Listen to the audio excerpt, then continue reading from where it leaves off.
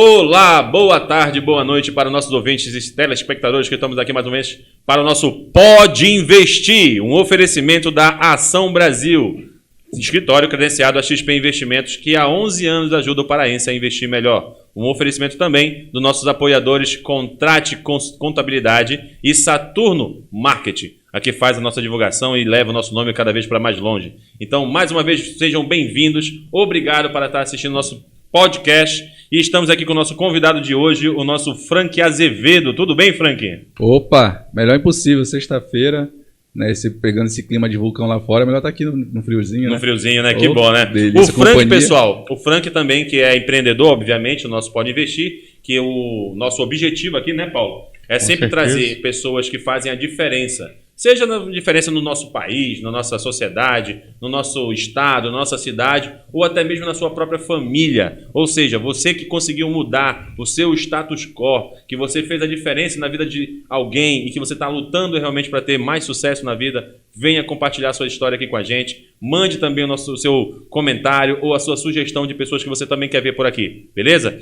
O Frank, pessoal, que além de empreendedor, como eu falei, ele também é formado em engenharia de produção e também tem mestrado pela UF do RJ, tá? Da Federal do Fluminense, de 2019, coordenador de projetos da B2W, olha aí, desde 2012 até 2017, ou seja, uma grande experiência. Vamos falar sobre isso aí, viu, Frank? E também ele é empreendedor desde 2017, já em carreira solo, né? Passou aí por vários parte de delivery, marketplace, dropship e agora na Next Academy, né? Quase sócio do Flávio Augusto, não é isso, Frank? Esse é o processo de construção, né? É isso aí, né? Ninguém começa do topo, né? A gente vai construindo. Hoje a Next ela já faz parte do target ali do Flávio Augusto, né? Do grupo da Wise, eles são parceiros e logo o nosso planejamento é se tornar sócio, porque nós somos sócios franqueados e aí adquirindo as unidades numa compra futura, a gente vai fazer parte do bolo, né? Olha aí, que legal. Então quer dizer que a gente está com um futuro sócio do Flávio Augusto, Paulo. Tu tinha essa ideia que logo nos primeiros podcasts a gente ia ter uma pessoa tão importante aqui com a gente? Tô intimidado. Né? Agora, você me dá licença que eu queria fazer um carinho no touro, que hoje o dia tá sofrido.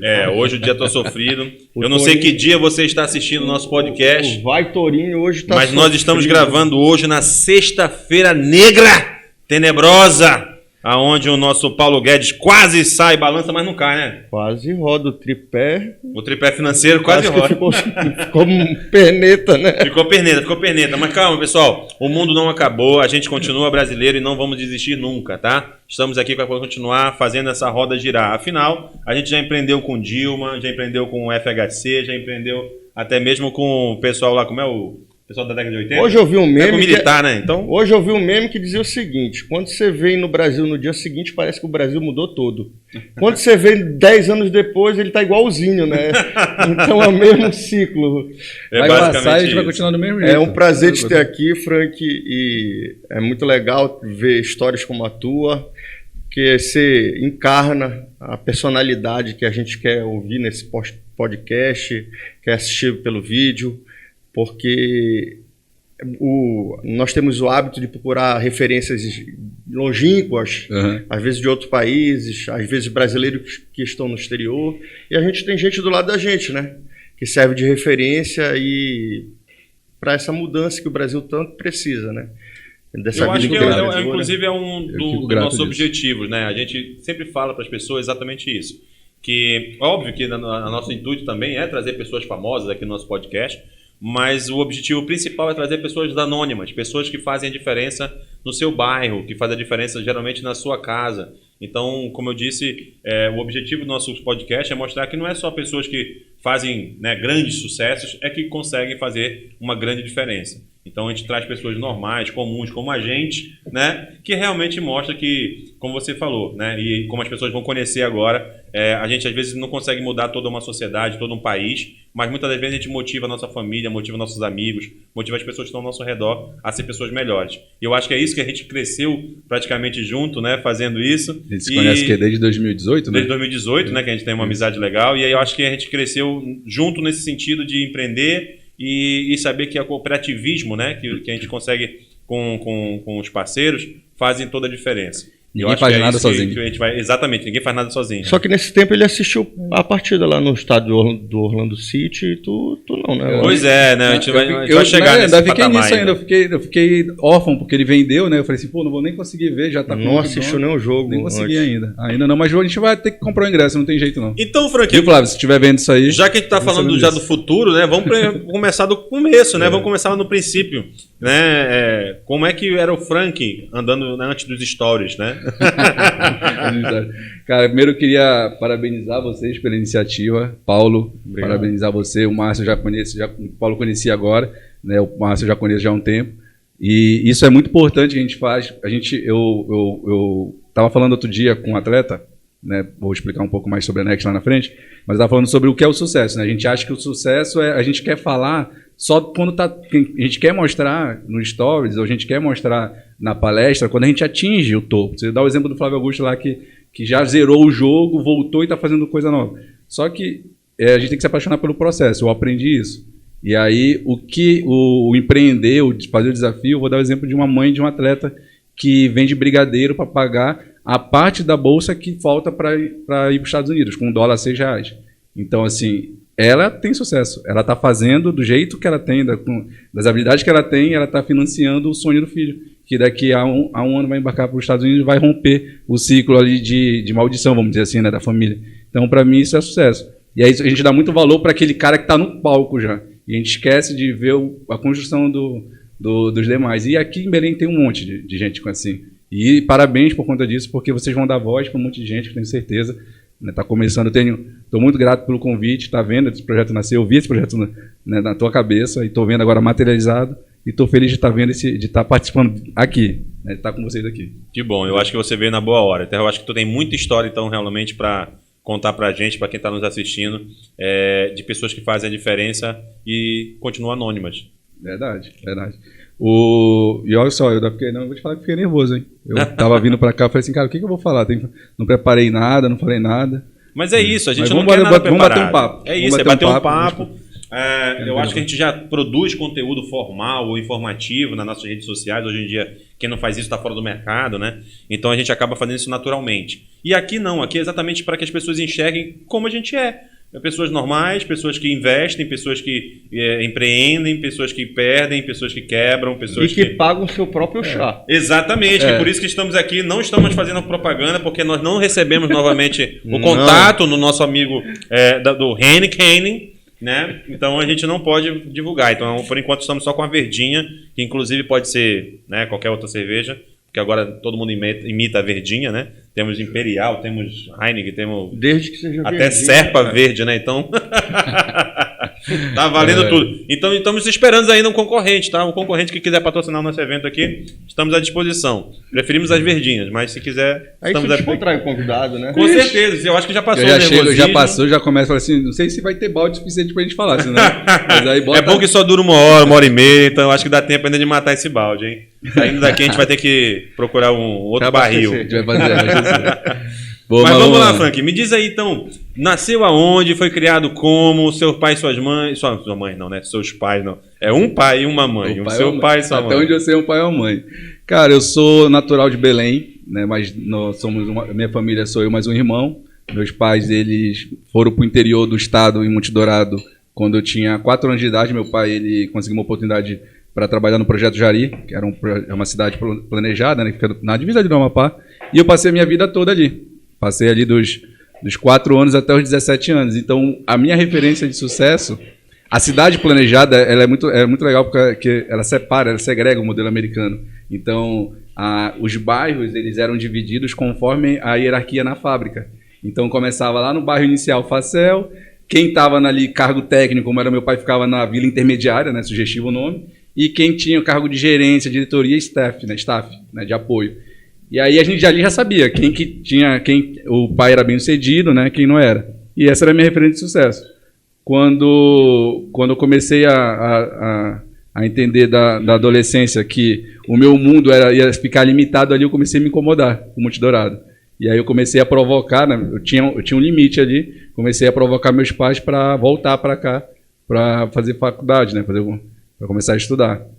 Então, sou de família humilde, né? Meus avós Meu avô era servente de pedreiro, minha avó costureira. São 8 filhos, né, meus tios. Eu sou da minha geração, sou o primeiro, né? Como é que a gente estava falando? É o primeiro do teu nome? Sou o primeiro do meu nome, né? A primeira geração do Game of Thrones da sua geração. É o primeiro do seu nome. Na minha casa. Sugestivo, a casa vai ser leão. Só para constar, tá? Corta aí, sou remista. É aquela hora que fica preto, né? Não, aqui eu acho que a maioria é remista, então a gente vai ter que levar o leão só mais para frente, né? Agora. Só hoje. Não sei, meu parceiro, eu acho que sempre foi. Mas o celular dele tá mais para azul celeste, né? Não, acho que isso aí foi era uma edição limitada. Desvio de caráter no momento do rapaz que entregou esse celular.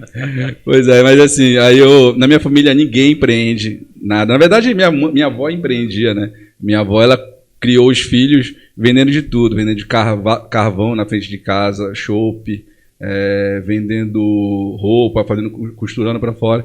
Ela empreendia e não sabia. E eu, quando era pequeno, eu olhava, eu queria as coisas e não sabia porque não podia ter. Meus amigos tinham, então eu olhava ali, o pai do meu amigo, que era engenheiro, meu amigo tinha um videogame legal e eu não podia, eu tinha na limitação, né, dos meus pais.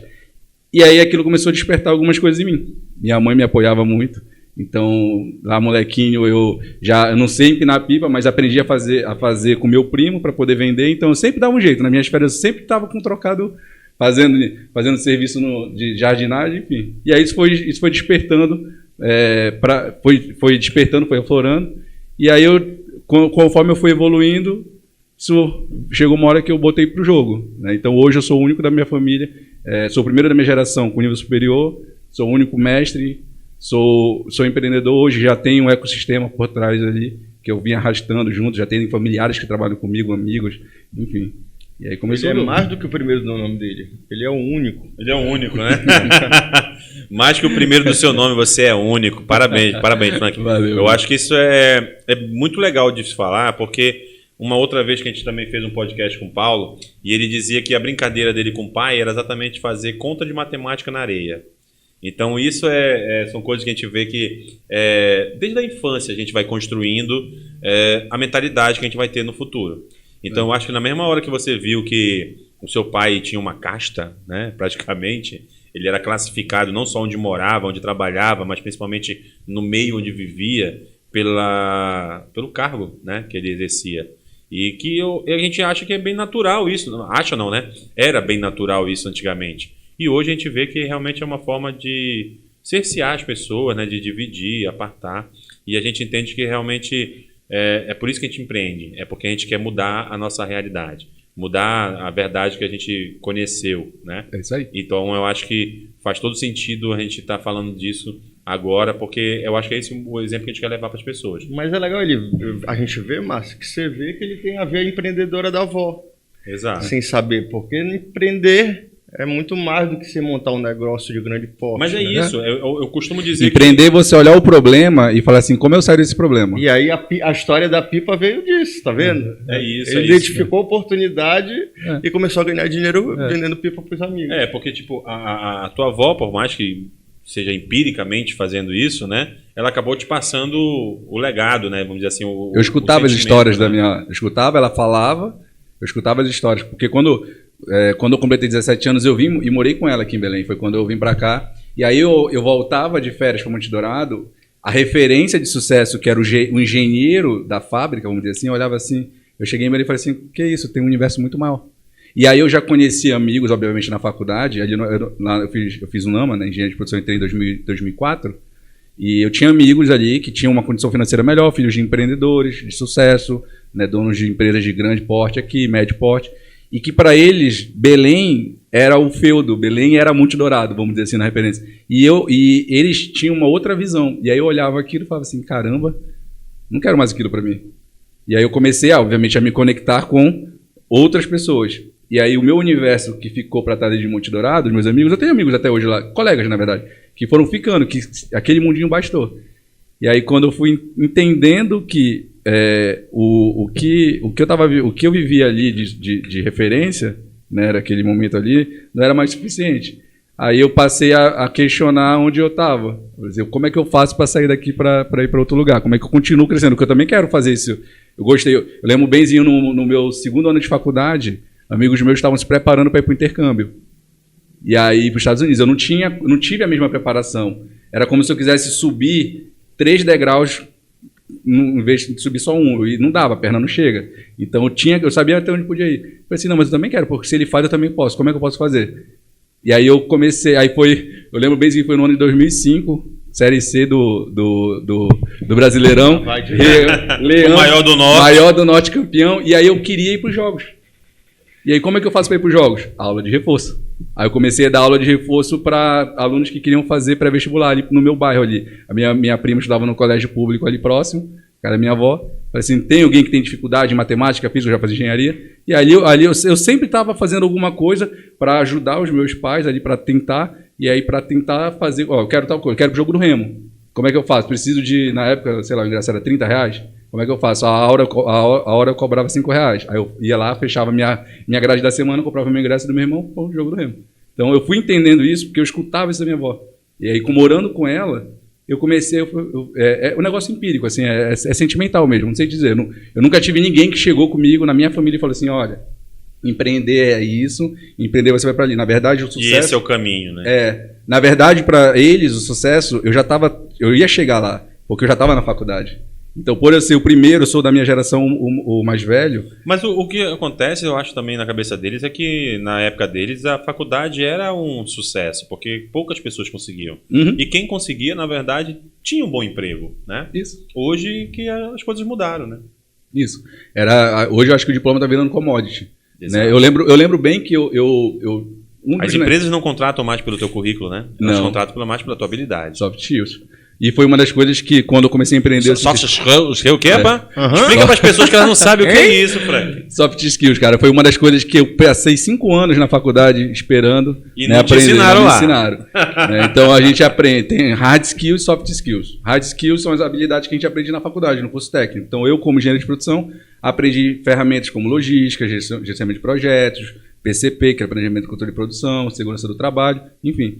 Só que quando a gente sai com esse conhecimento, a gente vai lidar com pessoas.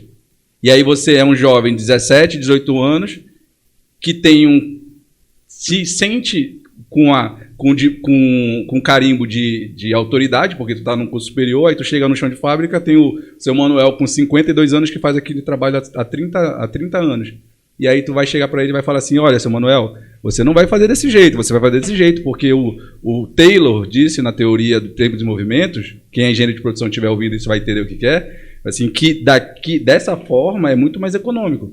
Mas o seu Manuel sabe que não dá para ser dessa forma por causa do peso, da estrutura, não tem a ferramenta, enfim. E aí como é que você vai convencer o seu Manuel? E aí é quando os alunos começam a esbarrar. E aí é quando tu vai para o mercado mesmo, é quando tu vai sentir, que é por isso que tem muita gente com diploma, muita gente de instituição pública que acha que passou numa faculdade pública num curso bom, que vai ser bem sucedido. E aí começam as primeiras frustrações, porque ele não sabe lidar com pessoas.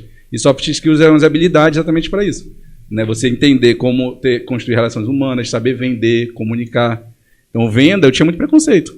Eu acho que muita gente tem, né? Muita. Eu aprendi Tu acha que tem algum profissional que não vende? Olha, se tiver algum profissional que não vende, ele deve estar morto essa hora. Porque se ele não vende, ele nem se vende. E se ele não se vende, ele não está empregado. Exato. Eu acho que é legal, Frank, tu tocar nesse assunto, porque é algo que as pessoas às vezes não têm muita noção. E parece tão natural, né, vindo de você, porque eu acho que é de dentro, né? Eu acho que internalizou esse conhecimento. E as pessoas não sabem que vender não é só você distribuir um produto, né? Vender, você pode vender a sua ideia, você pode vender a sua opinião. Você pode, inclusive, vender o filme para sua namorada, para o seu namorado. Você pode vender a não ida para o filme para a sua namorada. Exatamente. Você pode convencer ela que aquele não é o melhor momento. Exatamente. Então, as pessoas têm de venda com aquela pessoa chata que te empurra um negócio que tu não precisa. É que ele bota, posso te ajudar? Exatamente, que ele bota, não posso te ajudar. Enquanto a gente sabe que, na verdade, o vendedor nato, a pessoa que nasce para vender, nada mais é do que um solucionador de problemas. E você mesmo falou aí agora, empreender é... Solucionar problemas. Solucionar problemas. Ó, uma coisa que eu entendi, tá? Só fechando o gancho aí, o parênteses do Soft Skills, uma coisa que eu aprendi quando eu cheguei na B2W. Com calma, porque a gente não fez o WhatsApp, porque a gente não é sócio do Flávio Augusto. É verdade. Então, Tem que dar essas pausas para as pessoas entenderem o que é esses termos todos em inglês, que inclusive eu acho que, né, tá bem popular ultimamente, né? Como é o Times Money, né? Então, ou seja, todo mundo fala meio portuguesado e um pouco inglês. Jogo as frases de conceito. Isso. Aí fica na moda. Exatamente. Mas vai lá, continua. Não, então, hoje, quando uma das minhas chegadas, né? Na verdade, no meu primeiro estágio, eu trabalhava aqui em Belém, né, eu estagiava numa grande empresa de gênero alimentício que fica em Castanhal, não vou falar, obviamente, o nome, mas todo mundo conhece. Né? Pelo menos já comprou algum produto. E eu lembro de tive um problema muito grande com a equipe que eu liderava. Eu tinha na época 19 para 20 anos, e eu liderava ali aproximadamente 10 pessoas. Eu tive um problema gigantesco, porque eu não sabia lidar com as pessoas.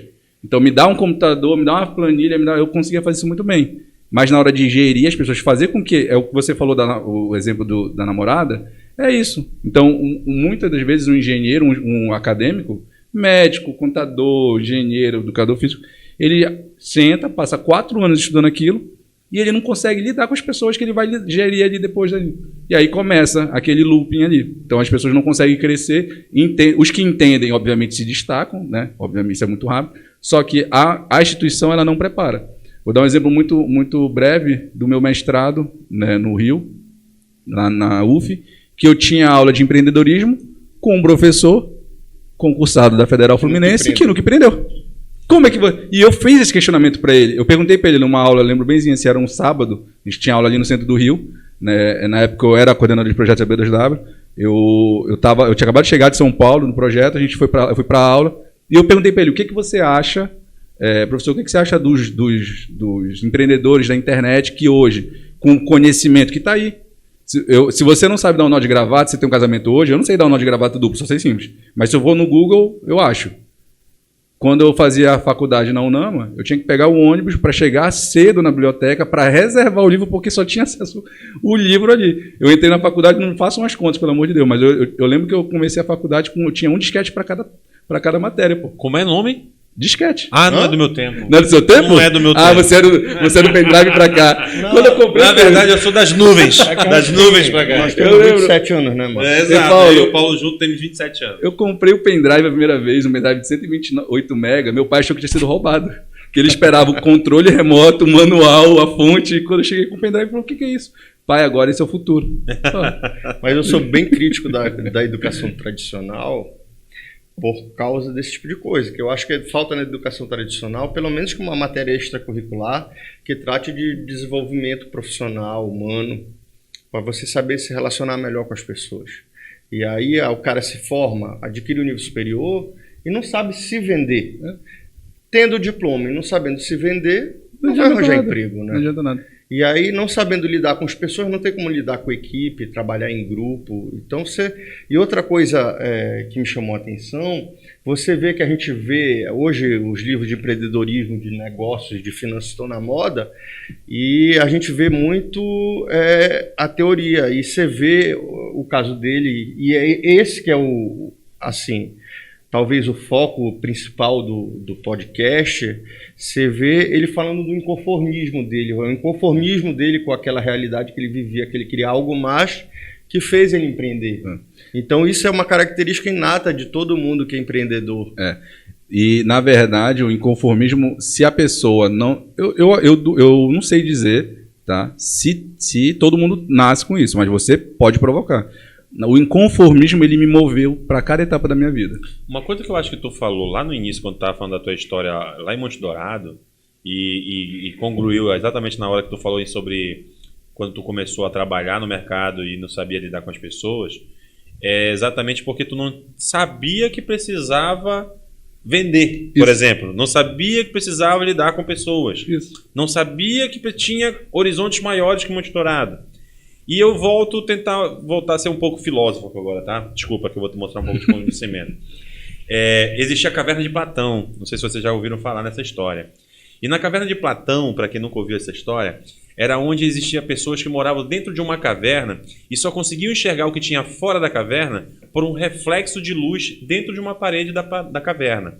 Então tudo que se passava fora da caverna nada mais era do que coisas abstratas que eles que estavam dentro da caverna presos imaginavam. Então imagine que uma tribo, por exemplo, de indígenas passassem na frente daquela caverna num dia de lua cheia, por exemplo, e passassem com aqueles cocais grandes e cheios de penas, e passassem na frente da caverna. A única coisa que seria refletida na parede, onde as pessoas que estão lá dentro presas só conseguiam enxergar, seriam os cocais. Seria aquela parte mais comprida, né, dessas pessoas. Então eles começavam a imaginar... As pessoas. Não pessoas, mas os seres. Exatamente, os seres que poderiam ser daquele tamanho, com aquela penagem, daquela forma, né? Então, a partir do momento que uma daquelas pessoas teve coragem e principalmente capacidade, habilidade para poder sair dessa caverna e chegar lá fora e ver que aquelas pessoas que tinham cocá nada mais eram que pessoas normais como elas, mas que se vestiam de forma diferente. Quando ela tentou voltar para a caverna e avisar as pessoas disso, as pessoas chamaram ela de louco. Disseram que essa pessoa tinha saído e pegou uma doença que deixou ela louca. Então as pessoas vão sempre lutar para permanecer nas suas cavernas, enquanto tem pessoas que vão lutar para sempre sair das suas cavernas. Então eu acho que é muito importante as pessoas que estão nos ouvindo e nos assistindo também entender que, como você falou, você sempre teve esse lado empreendedor, essa veia, talvez que veio da tua avó, mas só quando você saiu de Monte Dourado e viu o ambiente que você tinha muito maior em Belém, que também é uma caixinha. É outra caixinha. Eu costumo dizer que a gente está dentro de caixinha. Então Exato. eu estava numa caixinha, eu vim para uma caixinha um pouco maior, que era Belém. E tem uma outra caixa. Que é o Brasil. E existe uma outra caixa maior ainda, que é a América do Sul, né? E assim vai. Então eu acho que é essa fórmula que a gente tem que trazer para as pessoas de entender que o conforto não é bom. Que se você entender que você precisa sair da sua zona de conforto para poder ter resultados daqueles que você almeja, é mais fácil. É mais fácil. Apesar de parecer difícil, de parecer desafiador, porque é algo que você nunca fez, algo que você não conhece, né? Igual como uma pessoa que estava lá dentro da caverna, é difícil você sair dessa inércia. Mas a partir do momento que você sai e acredita no seu próprio potencial e continua fazendo, e obviamente dedicando muito tempo, estudo, trabalho para isso, não tem outro caminho. Não tem outro caminho a não ter o sucesso como a gente está vendo, né, com você e com outras pessoas que a gente convida sempre aqui. Eu costumo usar a analogia do carro enguiçado. Tirar um carro do prego é inércia, né? Lei básica de física. Você faz muita força para tirar ele do movimento zero, mas depois que ele pega embalo, você está com ele na rua, né? Mas ele já não está mais com aquele mesmo peso, né? É a mesma coisa. E as pessoas, a gente tem que entender que não vai ser sempre aquela mesma força, né? Mas é isso. O inconformismo ele pode fazer várias coisas, ele pode te levar para vários lugares. E não estou falando de empreender. Estou falando de empreender. Vou dar o exemplo da minha mãe. Né? A minha mãe ela se formou em administração. Quando ela veio para cá, meu irmão veio 1 ano depois e ela perguntou para mim assim: você acha que eu faço faculdade? Eu falei, com certeza. Te ajudo. Aí estudamos juntos, ela fez a prova, formou em administração, hoje ela é formada em administração. Ela empreende junto comigo, na época ela era técnica de segurança, o diploma de administração serviu para ela crescer na empresa, ela nunca foi administradora, assim, ela nunca chegou lá na atuação de administradora, e isso eu escutei outro dia um comentário de uma pessoa falando assim, pô, você formou em tal curso e você não usa o diploma, você gastou teu dinheiro, teu diploma está guardado, não está servindo para nada. Eu falei, não, meu amigo, o conhecimento que foi adquirido, as formas, as pessoas que te apresentaram, você pode não trabalhar naquela função. Exemplo, hoje eu não trabalho como engenheiro de produção, mas o conhecimento agregado no meio do caminho me dá autonomia para fazer as coisas. Então o conhecimento é importante, desde que aplicado, né? Então a minha mãe, ela rompeu uma barreira. Ela falou assim, cara, se eu ficar aqui, eu vou viver o sonho de vocês e tal, e o que eu faço? Então, foi inconformismo. Abriu portas para ela. Agora tu atacou de filósofo, vou atacar de psicólogo, tá bom? Opa, fica à vontade, Paulo. Eu costumo dizer que a zona de conforto é o pior veneno para o ser humano, né? Ela faz a gente ficar em lugares ruins. Eu acho que, às vezes, eu defino com meus amigos, que eu acho que o pior lugar é o meio do poço, né? Porque a gente não consegue fazer nada, né? Quando a gente está no fundo, a gente só tem para olhar para cima. O bom do fundo do poço, eu cheguei no fundo do poço, que não tem mais para onde descer. Outro sobe, outro morre lá. Então, se tu subir, tu vai mas quando tu tá no meio é complicado. Mas a zona de conforto, geralmente, você só consegue quebrar ela com algum fato marcante. Você consegue identificar um fato marcante que tenha te feito virar a chave? Vários. Para cada momento da minha vida eu tenho um fato marcante. Então, assim, Você aprendeu isso em algum lugar, Frank? eu conheci esse garoto aqui num treinamento de desenvolvimento pessoal em 2018, que eu estava num momento... Não era jogo do Remo. Não era jogo do Remo. Tá bom. Apesar de a gente ter visto vários momentos no jogo do Remo. Eu voltei, isso é um parênteses aí legal pra gente falar. Eu voltei numa das minhas vindas do Rio, né? Eu tenho uma amiga em comum que formou comigo engenharia de produção, e ela estava tocando um projeto, né, aqui em Belém, de desenvolvimento pessoal, um instituto, e eu via aquele movimento, e eu via aquelas pessoas ali e falava, cara, eu quero isso para mim. Porque quando eu comecei a empreender, eu percebi, depois do meu primeiro fracasso, que eu tinha as habilidades certas. Eu não tinha as habilidades certas, desculpa. Eu tinha as habilidades, eu tinha as hard skills. Faltava soft skills, faltava aprender a vender, faltava aprender a me relacionar. Eu não entendia nada de empreendedorismo. Eu era um bom engenheiro, e ponto. Que tinha uma ideia. E ideia não vale nada, né? Muita gente fala assim, eu já tive, eu lembro do livro do Robinson Shiba, que ele fala que ele chegou nos Estados Unidos, quando ele fez o Shining Box, depois quando ele estava numa feira de franquia, teve um cara que chegou lá com ele, falou assim, eu tive essa ideia da Exop, por que você não fez? Então, por isso que agora você quer comprar minha franquia. A ideia é simples, já vários. E aí, o mundo é de quem bota em prática e não de quem tem ideia. Exatamente. É mais ou menos a história do Facebook, né? Exatamente. E o primeiro não quer dizer nada, né?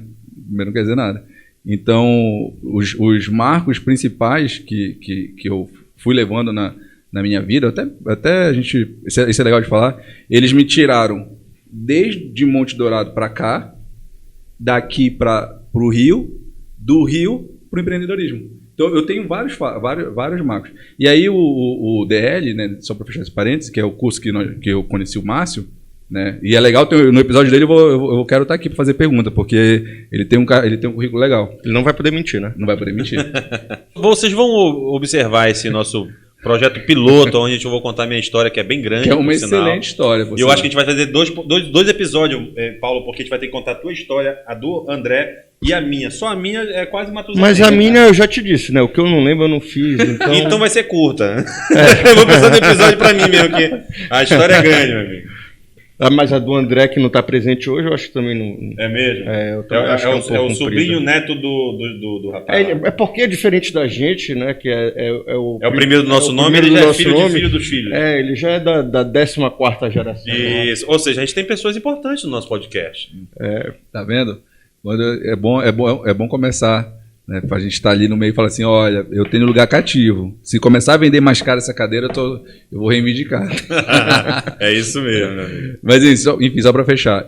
Nessa ocasião de 2018, eu estava num momento que eu vinha estudando muito soft skill, muito livro de venda, fazendo muito curso de venda, de comunicação, muita coisa. E aí chegou uma hora que eu falei assim, cara, pausa, tenho que começar a entender sobre mim. E aí eu comecei a buscar o autoconhecimento. E aí esse treinamento é um treinamento que acontece em 3 dias. Né? A gente ficou em um período de imersão num hotel aqui lá na Estrada Nova.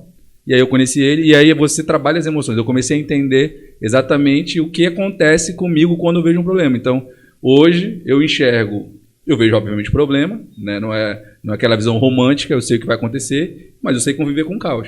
E aí isso é muito importante. Então não pode ser uma coisa nem pode ser outra. Então eu tinha muita habilidade técnica, aí depois eu fui buscar habilidade comportamental, e aí depois, cara, tu tem que também entender sobre emoção. Inteligência emocional é importante. Porque se você está empreendendo, eu costumo dizer que você é o para-choque do carro. Então a primeira porrada é em você, não tem outra pessoa. Quando você está trabalhando no CLT para alguém, você é passageiro, você tem o cinto, você tem o airbag, você está confortável. Se for um ônibus, então quanto maior a empresa, melhor. Você vai ser atingido uma hora, mas não vai ser de primeira. O iceberg vai vir, vai bater no navio, você vai estar na sua cabine ali, você vai sentir chacoalhar, mas não vai bater em você. Agora, se é você o empreendedor, você está provavelmente numa canoa havaiana, vai bater onde você vai virar e vai tomar um caldo. É por aí, é bem por aí mesmo. E é muito legal de falar isso, porque, assim, apesar da gente falar da vida das pessoas, o ambiente principal que circunda isso tudo é empreendedorismo e finanças. Então, a questão comportamental é essencial para o empreendedor e para quem trabalha com finanças. Hoje a gente fez a brincadeira do tourinho. Para quem não tem controle emocional, hoje é um dia trágico. É verdade. Entendeu? E isso, na realidade, é a oportunidade de se fazer dinheiro. Não é o momento de perder, é a oportunidade de se fazer dinheiro. E a vida do empreendedor também é feita desses momentos. São 9 derrotas para cada vitória. Isso. Só que as pessoas que estão de fora só veem a vitória, né? Só veem a vitória. Ninguém vê é o processo que a gente falou no começo. E tu só sente o tapinha nas costas, né? É verdade. Eu falo muito pro time, o bom do dia ruim que ele acaba e o ruim do dia bom que ele acaba também. Então, no outro dia, você tem a oportunidade de fazer tudo de novo. Então, o bom do dia é que você pode fazer tudo de novo. Eu acho que é um gênio. O cara que inventou a semana, o mês e o dia, esse cara é um gênio, porque ele dá capacidade, não só diária, semanal, mensal, anual, de você recomeçar. E eu acho fechar e abrir ciclo. Exato. E eu acho que, como tu falou, em 2018, né, que a gente se conheceu, e eu acredito que assim como eu também, tu também já vinha de um processo, né, de amadurecimento e de busca de crescimento. Eu vinha de um fracasso. Todos nós, né? Todos nós. Eu tinha acabado de quebrar um negócio. Eu vinha de alguns. E eu acho que é legal também, inclusive, que a gente comentou do Flávio Augusto no início do programa, e ele tem uma frase que é bem legal, que ele diz que você precisa quebrar 3 vezes para poder dar certo, né? Em média de 3 a 4 vezes. Eu acho que a gente ficou na média. Eu acho que a gente ficou na média. E eu acho que é legal falar disso, porque você falou bastante sobre como você começou a ter esse sentimento do empreendedorismo. Como você entendeu que o ato de empreender e de trabalhar para si mesmo te traria resultados diferentes, né? E que esse realmente era o teu caminho. Eu tenho muito orgulho, por exemplo, de onde eu trabalho hoje, que eu trabalho com pessoas sempre melhores do que eu. E é exatamente isso. Essa é a vantagem. Essa é a vantagem, né? Muitas pessoas falam exatamente isso, que você é a média das 5 ou 6 pessoas que você mais convive, né? E hoje eu trabalho com pessoas que são excepcionais no que fazem. Deixa eu te fazer uma pergunta. Os seus amigos, há 5 anos atrás, os 5 que você mais frequentava, estão contigo hoje? Olha, por uma questão pessoal, sim. Por uma questão pessoal, eu entendi a tua pergunta, porque quando as pessoas estão nos vendo não sabem a intenção da sua pergunta, mas existe uma frase muito famosa, inclusive, que fala que águia anda com águia, né? E realmente durante um tempo eu precisei me ausentar dessas pessoas, porque realmente elas me tiravam do foco e traziam pensamentos que não me ajudavam a crescer. Então, realmente, durante um tempo eu me afastei de algumas pessoas, porque realmente precisava. Mas eu sempre tive em mente de onde eu vim e para onde eu queria ir. Então, eu nunca deixei essas pessoas... Algumas ficaram chateadas, obviamente, mas eu nunca deixei essas pessoas de lado. E a partir do momento que eu comecei a entender como eu funcionava e como eu precisava agir para ter sucesso, eu comecei a voltar a ter contato com essas pessoas, porque elas não influenciavam mais na minha vida, não influenciavam mais você sabe, no dia a dia. Você difere. Então, assim, o momento de estar com essas pessoas, o momento de estar com as pessoas de construção. Exatamente. E voltando ao assunto das pessoas que hoje estão no meu convívio profissional... Seja muito bem-vindo. Seja muito bem-vindo ao podcast do Márcio. Exato. Eu tenho um grande orgulho de todos, praticamente, que trabalham com a gente. A gente tem, assim, pessoas excepcionais em cada área, em cada... vamos dizer assim, cada ramificação do setor financeiro. Mas a gente tem um prodígio que a gente chama, que é o nosso monstrinho, que é o Leonardo, né, Cardoso, que o rapaz, inclusive, não só empreende desde sempre, né, mas ele também não tem carteira de trabalho. E pelo fato de ele não ter carteira de trabalho, ou seja, ele nunca pensou em trabalhar para ninguém.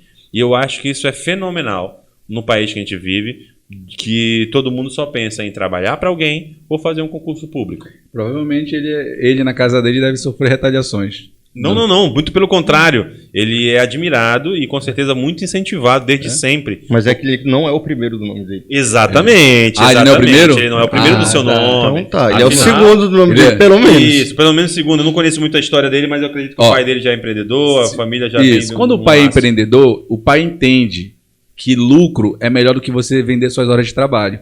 Então, mesmo que seja pouco, ele vai apoiar o filho.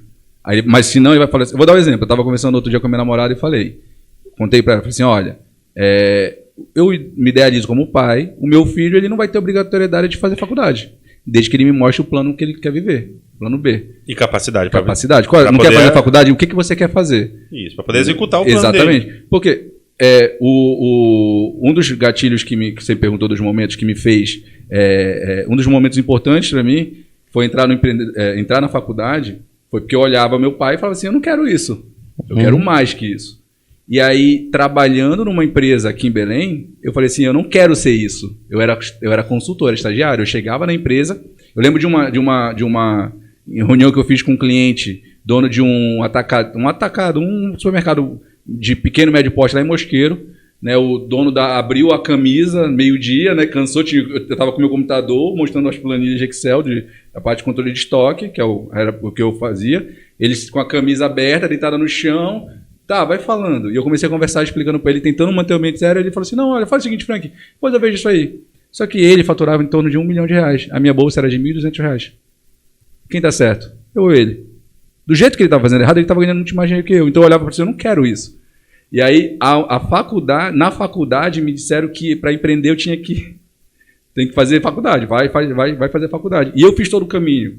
Eu cheguei no Rio porque o meu orientador de faculdade falou, você quer empreender? Vá fazer mestrado, que você vai ter acesso às pessoas, você vai ter acesso ao conhecimento, e lá você vai aprender a empreender. Então eu fiz um caminho totalmente diferente. Te enganaram, né? Exato. E aí eu vi que não tem nada a ver. E quando o meu começo do empreendedorismo era igual um carrinho bate-bate. Eu batia de um lado para ir, né, para cá, eu batia para cá. Então, quando eu falo isso para minha namorada, eu falo assim, não vai ter obrigatoriedade de fazer faculdade. Desde que ele me mostre o que ele quer fazer. Claro, você quer trabalhar com o quê? Você quer vender o quê? Você quer construir o quê? Aí sim, essa pessoa que trabalha com você faz sentido. Porque o pai que já passou por isso sabe que se ele for vender a hora dele, ele vai ter um teto.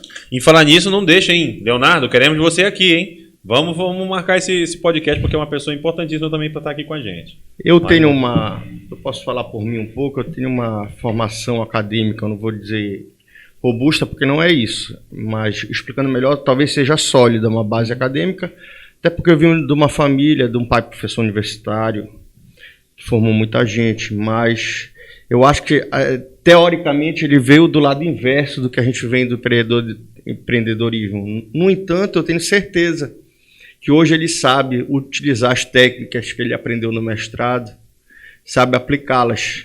Eu acho que a dificuldade, o mal da educação brasileira é diferenciar as duas coisas. É não usar as duas coisas de forma integradas. Exato. E aí o cara que está na área acadêmica muitas das vezes não atua. E é o que você falou do seu professor que não era de empreendedorismo, que nunca tinha trabalhado. Que na realidade, se ele tivesse, ele tinha muito mais a contribuir. Muito. Então, na realidade, você vê a realidade americana, que é feita à base de certificação, em quase todas as profissões, em base do que a gente chama aqui no Brasil de residência.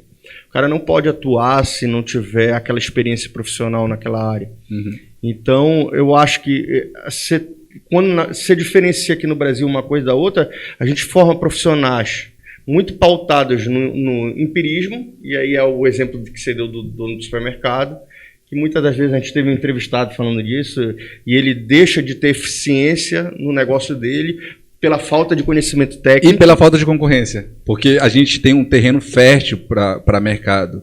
Eu voltei para empreender no Pará porque eu sabia que tinha oportunidade. Eu lembro de estar em Viseu e falar pro dono de uma farmácia, no projeto pelo Sebrae, que a hora que chegasse um grande atacadista aqui, na época Yamada, o líder ia correr para o interior. E aí é onde de Mosqueiro, ele poderia pegar o conhecimento e falar assim, pô, se eu estou ganhando agora, eu posso ganhar muito mais. É falta até de ambição. Eu quis ser educado, mas já que ele resolveu falar na mas real... Mas é isso, é porque... Né? É como a gente sempre fala aqui no nosso podcast, né? As pessoas, o brasileiro como um todo, ele sempre empreende de uma forma muito empírica, né? Ele aprende como tu falou, com a tua avó, com os seus pais, eu faço com as pessoas... isso há 10 anos. Assim, isso, exatamente. Aí é exatamente isso que eu ouço todo dia no meu trabalho também. A pessoa fala, Márcio, eu faço isso há 20 anos, há 30 anos. Inclusive, eu sou superavitário, bem-sucedido. Hoje, fazendo isso. Até quando? Exatamente. A questão é até quando. Porque como a gente vem falando em questão de evolução, não só de mercado, mas principalmente de pessoas, lá em 2017, como a gente falou do nosso curso lá, em 2017 eu fiz uma palestra num curso que eu fazia não vou lembrar agora da onde, mas enfim, eu fiz uma palestra sobre o Fórum Mundial, Fórum de Economia Mundial. E o Fórum Econômico Mundial, cada ano ele seleciona as habilidades necessárias para o profissional do futuro. E em 2017, inclusive acho que foi isso também que me levou a fazer o curso também de neurolinguista, de desenvolvimento pessoal, foi a questão das habilidades listadas pelo Fórum Econômico Mundial em 2017. Que era exatamente... Você lembra qual era? Não vou lembrar todas, eram 11, né? Mas eu acredito que lembro quase todas.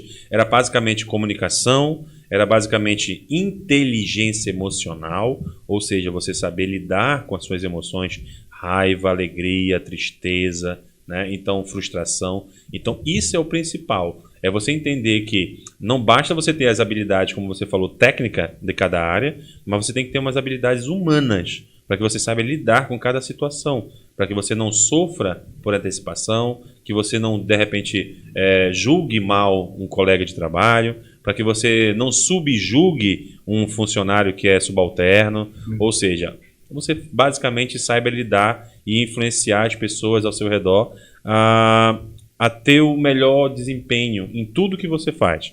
Então, a gente entendeu, acho que a gente não, né? Eu, pelo menos, vamos dizer assim, entendi naquele momento que eu precisava de muitas habilidades que eu não tinha, apesar de eu achar que eu me dava muito bem. Sempre fui uma pessoa que falou muito, não é por isso que a gente estamos aqui hoje.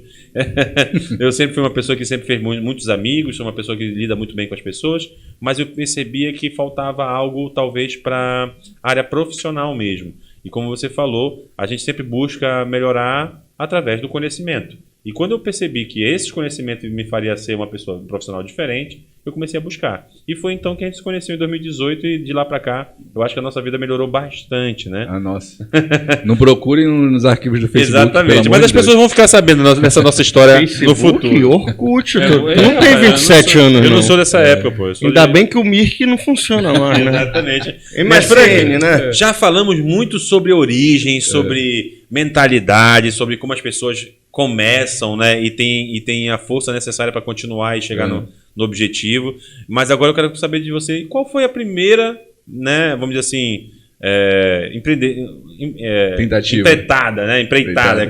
A primeira que tu quebrou a cara, a verdade é essa, né? Que tu começou a perceber que o Flávio Augusto estava certo, que faltava mais duas ainda para poder... Eu nem conhecia o Flávio Augusto. Ou seja, né? Flávio Augusto para mim era marca de roupa, alguma coisa assim. Eu falava, quem é Flávio Augusto? Se eu soubesse que era geração de valor, eu não tinha acho que quebrado a primeira vez. Talvez não. Mas fique claro que o fracasso, se é que dá pra gente dizer esse nome, que eu acho que é uma palavra muito mal pejorativa, né? Pejorativa, talvez seja a maior fonte de aprendizado. E ele, para todas as pessoas de sucesso, ele é o principal instrumento. É o divisor, né? É o divisor de águas. A pessoa numa situação ruim, ela pode falar assim, poxa, que chato, deu errado, as pessoas têm razão. Eu não sou esse tipo de pessoa, eu não sou quem sabe, eu não sou quem eu achava que eu era, vou fazer o que eles estão dizendo. Ou ela fala assim, meu irmão, peraí, por que eu tô fazendo de errado? Pô, beleza, eu errei isso, qual é a próxima? Tá, entendi isso, agora eu vou aprender outra habilidade. As pessoas que, Flávio Augusto, pessoas de sucesso, todas que eu sigo, eu leio muito biografia hoje, elas estão no segundo grupo. Então o fracasso faz parte, entender faz parte. Hoje eu olho o dinheiro, a quantidade de perdas que eu tive financeiras mesmo e falo assim, beleza, eu não fico pensando assim, nossa, eu perdi tudo isso. Quando eu pago uma dívida hoje, eu falo assim, caramba, beleza, só falta isso. Beleza, agora só falta isso. Beleza, aí eu terminei, falei, show de bola, agora vamos para a próxima. E vamos embora, e assim a gente vai construindo. Mas faz parte. E fazendo esse assunto, essa história é boa. Eu já estava no Rio, né? Eu consegui uma bolsa de estudos e fui embora para o Rio. A ideia inicial era ficar 2 anos ali, acabei ficando 10. Eu ainda não era mestre, mas eu já trabalhava numa grande empresa, foi onde eu comecei a entender sobre a internet. E hoje, né, em 2017, eu era cego, era leigo. Mas as pessoas que hoje estão começando a ser grandes players na internet, começaram em 2017, já estavam na internet antes de 2017. E em 2017 eu fui entender o universo. Então, quando eu cheguei no Rio, eu fiz um processo seletivo em 2012 na B2W, e lá eu comecei a trabalhar. Então, eu fiz exatamente o processo do sucesso que era. Faz uma faculdade, e aí disseram, trabalha numa grande empresa, faz uma especialização. Eu fiz exatamente o que o sistema fala. E aí, um belo dia, eu estava indo alugar um apartamento, e o meu chefe, ele era chefe de apartamento, ele foi meu fiador. Quando eu cheguei na imobiliária, tinha 2 envelopes, eu tinha que só assinar o meu documento, que eu levei minha cédula C, né? Quem não sabe a cédula C, tem lá nosso raio-x financeiro da empresa. E quando eu abri o envelope, Márcio e Paulo, eu puxei a cédula C do meu gerente, do meu chefe. Ele não tem 27 anos, ele ainda chama Não, de cédula isso é C. velho, isso é velho. Eu tenho 34 anos, eu não faço. Pô, se você estiver vendo esse podcast de 2050, não faça conta. E aí, cara, quando eu olhei aquilo, eu tinha uma meta financeira. Aí eu olhei aquilo e falei assim, cara, ele trabalha 25 anos na empresa e ele ganha isso. Eu não quero isso pra mim. Tô fora, velho. Não vou viver a minha vida toda pra ganhar o que ele ganha. Me desculpa as pessoas. Se eu falasse, se eu desse pra algumas pessoas da minha família o valor que meu gerente ganhava na época, né? Estavam infelizes. Quanto era? Hã? Quanto era? Posso falar o valor? Pode. Não? Deve. Esse gerente já deve ter até saído da bebedoura. deve. Eu acho que é 17 mil reais. Era arrojado, tá vendo, rapaz? Viu? O rapaz já tinha visão. 17? Não, que isso. Mas 25 São anos 25 de companhia. anos de É a companhia. vida. É a E sua B2W, vida. né? É a sua vida ali. É a sua vida ali, entendeu? Mas é legal, Frank, tu falar isso. É bom tu falar números também, porque as pessoas realmente que estão em casa Não tem referência, não né, tem Márcio? referência. E realmente a gente fala que... é uma questão de classificação. No próprio IBGE, a gente sabe que menos de 3% da população recebe acima de 10 salários mínimos. Então, quando você fala de 17 mil reais, a gente está falando de uma porcentagem muito pequena da população que tem capacidade de ganhar isso. Mas quando você fala que isso não era o suficiente para você, você demonstra para as pessoas que não é o valor. Essa semana, inclusive, eu falei uma coisa para um amigo que, obviamente, é para um amigo, tá, pessoal? Não me leve a mal. Mas ele me fez uma brincadeira dizendo que precisava de uma certa quantia minha. E eu falei para ele, por um acaso, você já me viu preocupado com bicharia? E aí ele falou, não, mas tudo bem, mas são tantos mil reais. E eu falei, cara, eu já fui um homem de reais. Eu já fui homem de R$1.000. Hoje eu sou homem de milhões de reais. Porque eu trabalho com milhões de reais. Não sejam meus, tá, pessoal? Não me sequestrem, não me roubem. A gente trabalha. A gente tá trabalhando. O outro A gente podcast gere. era 2 bilhões de reais. Isso. Mas não era dele. Exatamente. Não Então era lembre-se que a dele. gente trabalha com pessoas que são superavitárias e têm dinheiro, não que sejam nós, tá? A gente tá procurando chegar lá. É construção. Exatamente. Mas é isso. É você entender que 17 mil reais é pouco para toda uma vida. 20 mil reais é pouco para toda uma vida. Isso eu tô falando de 50 mil 2000, reais. tô falando de 2015. Isso. E aí eu acho que as pessoas têm que entender o valor. O valor de 20 mil reais, o valor de 17 mil reais, o valor de 50 mil reais. Quando a gente fala desses valores, geralmente as pessoas pensam assim, não, um funcionário público às vezes ganha, né, 17, 15... Que é 1%, inclusive, do funcionalismo público. Exatamente, mas as pessoas comparam, né? E elas acham que esses são os maiores salários do Brasil. Quando eu falo para as pessoas que tem gente que recebe 150, 200 mil reais por mês, às vezes 1,5 milhão de reais por mês, é fora da realidade da maioria, praticamente de 100% da população. Então as pessoas não conseguem entender que isso não é um salário. Isso, na verdade, é o desempenho de toda uma cadeia produtiva. É uma construção. Exato. Então, não é que a pessoa ganha 50 mil reais por mês. E não é de uma hora para outra. Exatamente, não é de uma hora para outra. Mas para ela ganhar 50 mil reais por mês, ela vai gerar, no mínimo, 20 vezes mais valor para a sociedade. Exato. E eu acho que é justamente essa a ideia do podcast, da gente desmistificar algumas situações, porque você pega, como você falou, eu segui a risca, né, o que o sistema determina. E o sistema te determinava, era determinístico no sentido de terminar num salário que não era aquilo que você sonhava. E aí, de repente, você com 25 anos de empresa... Eu fiz a meta para atingir isso com 28 anos. Eu fiz Pois a meta é. para atingir com 28 anos no Aí salário de você 10 pensa, mil. o cara que atinge isso com 50 anos, de repente, olha para trás, eu sou infeliz. Porque eu lutei por uma coisa que não era exatamente o que eu queria. Exato. E aí, tipo, eu acho que é essa falta de padrão, de referência, e é por isso que é interessante ver exemplos, referências como você, para as pessoas que estão nos escutando, nos assistindo, terem ideias da vida real. E ver, como eu te falei, funcionário público não tem uma regra, não fica nem rico nem pobre. E a maioria do funcionário público, na realidade, é classe baixa, porque ganha um salário mínimo. Entendeu? Quem ganha acima de 10 salários mínimos talvez seja 1, 2% do funcionalismo público, que a mídia trata como se fossem marajás, e eles estão limitados a 30 mil reais, mais ou menos, que é os 90% do salário do STF. Mas você que é do mundo corporativo, você sabe que 1% do mundo corporativo, 30 mil reais é gorjeta. É verdade. Então, é bom o brasileiro começar a diferenciar, entender o que é as coisas na prática e ter conhecimento do que é o mundo real de verdade, até para elas poderem construir a nossa juventude, poder entender o que eles querem da vida. Paulo, poucas empresas na capital de Belém conseguem pagar salários assim. Que empresas que você olha? Eu olhava isso, eu falava assim, cara, que empresa eu vou poder trabalhar grande, grupo grande aqui? São poucas, você sabe disso, contar no dedo. Né? Você já, com certeza você vai entrevistar alguns aqui. Então, a minha saída para outro estado foi exatamente para vislumbrar isso. Agora, tudo é referência, pô. Tudo é o que você quer na vida.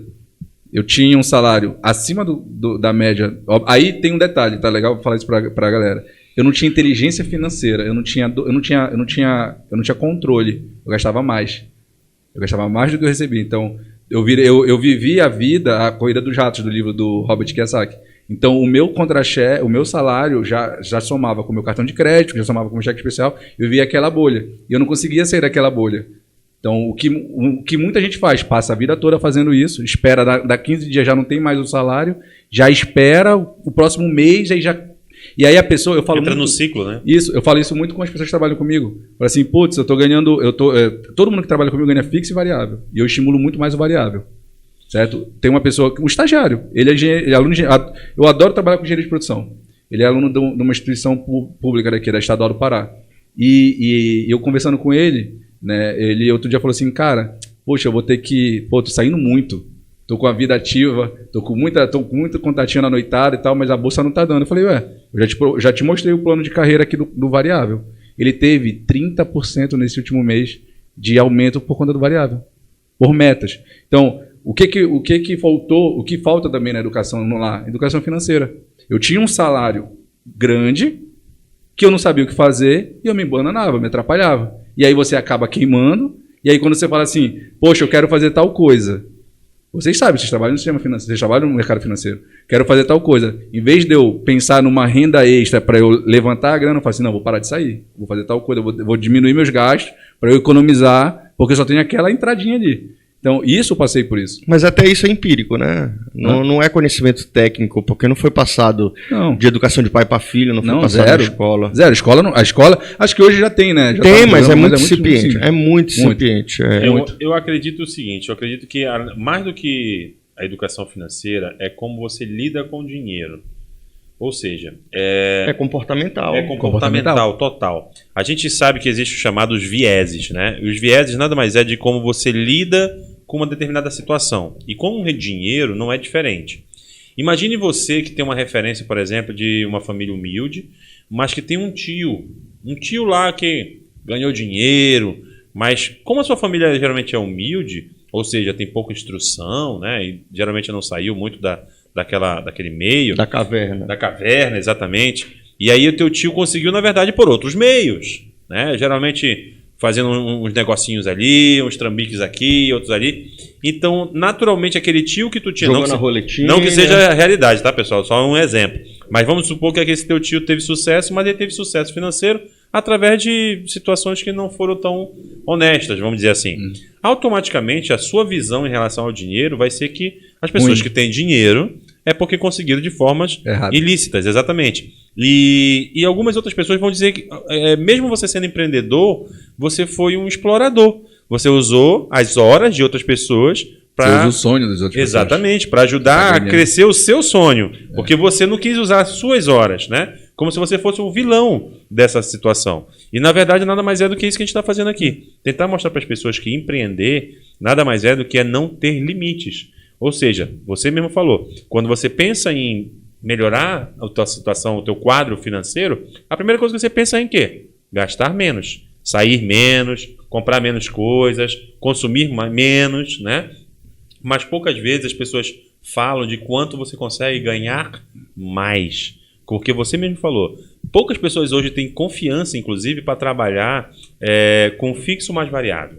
Isso geralmente são pessoas que trabalham com vendas, são pessoas que Eu têm tenho uma pessoas que veia são 100% variável. empreendedora. Exatamente. Mas é raro. É aquele 1% que a gente estava falando. Aí eu vendo plano de carreira. Esse cara tô construindo ele comigo. Porque esse cara, ele compra o negócio, ele compra a visão. Ideia. Ele compra. Exato. Mas E porque aí- ele confia nele. Ele sabe que ele é capaz de fazer as coisas. Isso. A E maioria das pessoas não pensam assim. Eu falei isso outro dia pra minha prima que trabalha comigo. Você levou 5 anos estudando para ela e pro marido dela. Formado em veterinária na Federal do Pará, ele formado em engenharia civil pela Federal do Pará. Vocês passaram 5 anos estudando para ganhar um salário de estagiário, ficaram 1 ano e pouco parado, e aí eu apresentei para ele, trouxe eles comigo, hoje eles trabalham comigo no meu time de growth, e ela é copywriter e ele é gestor de tráfego.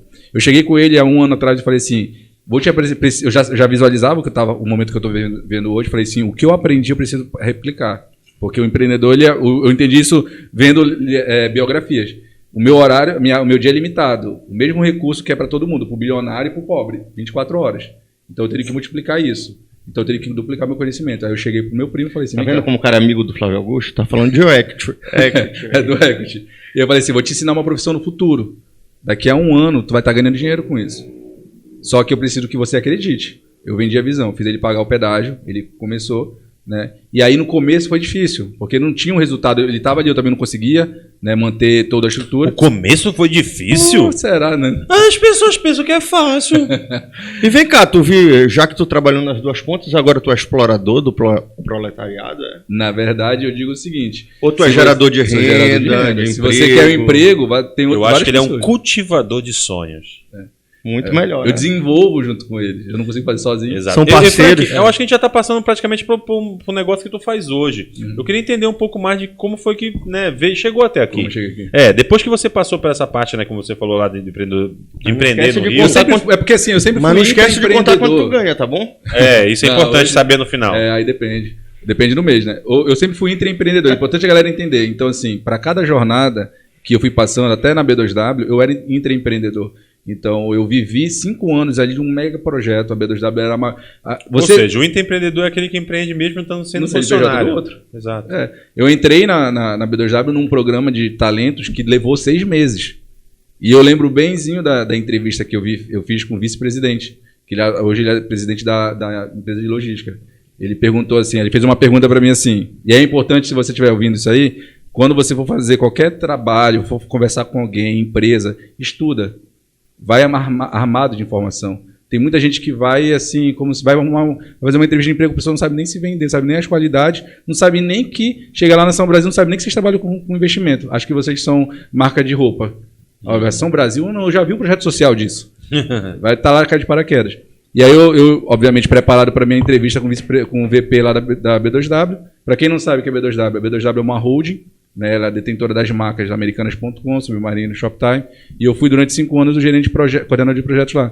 E na entrevista ele perguntou, a última pergunta, ele foi assim, por que eu deveria te contratar? Normalmente as pessoas, quando tem que falar de si, gaguejam, ficam assim, vamos falar. E aí eu falei assim, você está contratando pessoas para te ajudar, para montar o projeto de expansão logística, certo? Beleza. Eu sou exatamente a pessoa que está faltando para a B2W voltar a ser líder de mercado. Voltar a ter um market share de 70%.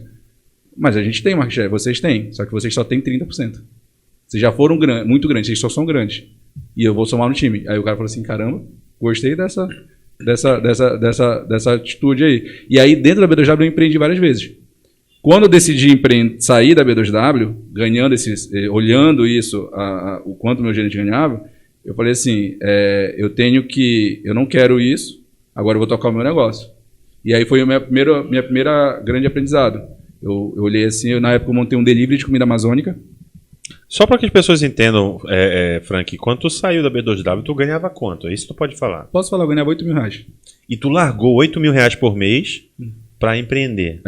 E eu quebrei em 2 meses e meio. Meu gerente falou assim, você vai quebrar, você vai se arrepender disso. Não te dou 1 mês para você quebrar. Eu provei para ele que ele estava errado. Eu quebrei em 2,5. Durou mais do que ele imaginou. Cara, eu peguei na época, na época eu tinha um relacionamento, a gente estava... E aí, assim, é a visão como eu saí do problema. Eu tinha um relacionamento, eu estava noivo, estávamos idealizando o casamento. Então, na época, ela era bolsista de doutorado e eu coordenador de projetos. O casamento era dos sonhos.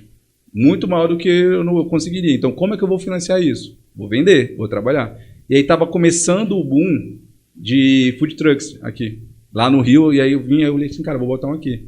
E aí, quando eu fui começar, o relacionamento, obviamente, não desandou, né, separamos, enfim, mas eu guardei a ideia. E eu falei assim, cara, eu vou seguir nisso aqui. Aí, um belo dia, né, a história do Flávio Augusto, eu estava voltando, indo de metrô numa segunda-feira, extremamente chateado pro trabalho, puto da vida, porque era segunda-feira, que a metade dos meus amigos fazem isso, ficam com raiva da segunda-feira, enquanto eu adoro a segunda-feira. Porque eu sei que na segunda-feira eu tenho oportunidade de construir a minha semana, trabalhar, faturar, vender, enfim, abrir o mercado, que é o que eu gosto. E aí eu falei assim, o que eu estou fazendo aqui? Aí eu peguei essa ideia, que estava lá adormecida, lá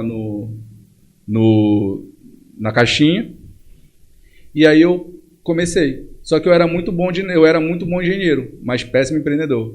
E aí eu, na época, peguei toda a minha rescisão. Não, cara, assim, zero planejamento, zero plano de negócio, zero diversificação, zero tudo na mesma cesta. Botei todo o meu dinheiro. Minha mãe estava desempregada na época, e aí eu trouxe a minha prima, né, como ela estava formando em culinária, né, lá na UNAMA, convidei ela para ser minha sócia, porque eu falei assim, hoje eu tenho um negócio de futebol que eu nunca joguei bola, mas na época eu montei um negócio de delivery, de comida que eu não sabia, eu precisava só das pessoas chaves ali. Isso eu tinha comigo. Então, para financiar o casamento, saiu essa ideia. Aí eu falei, vou botar em prática. Já está aqui mesmo? Beleza. Aí eu fiz um MVP. Para quem não sabe, MVP, né, é o piloto ali para a gente testar a ideia. E na época eu peguei toda a minha grana. Mas o que é MVP, pô? Fala. É Minimum Value Product, né? É o mínimo produto viável. Então você pega, você idealiza um carro e você sai com patinete. Aí você vai produzindo ali, vai melhorando o teu produto, enfim. E aí, em vez de eu fazer um food truck que custava 80 mil reais, eu fiz um delivery no Facebook. Aí eu olhei assim, nossa, já estava na Americana. Quer dizer que tu estava na frente do iFood. O iFood estava começando a tracionar. Pra você ter uma ideia, a Uber tinha lançado o Uber Eats, e só tinha 2 cidades no Brasil, Rio e São Paulo. Legal. E aí, o que eu fiz? Eu falei, eu não tenho grana para montar um lugar grande, então eu vou testar. Aí eu aluguei um apartamento, comprei uma passagem para minha mãe, que estava desempregada, vem para cá comigo, vou te ajudar. Minha prima, como sócia, foi, banquei tudo, e aí eu comecei a comprar tudo à vista.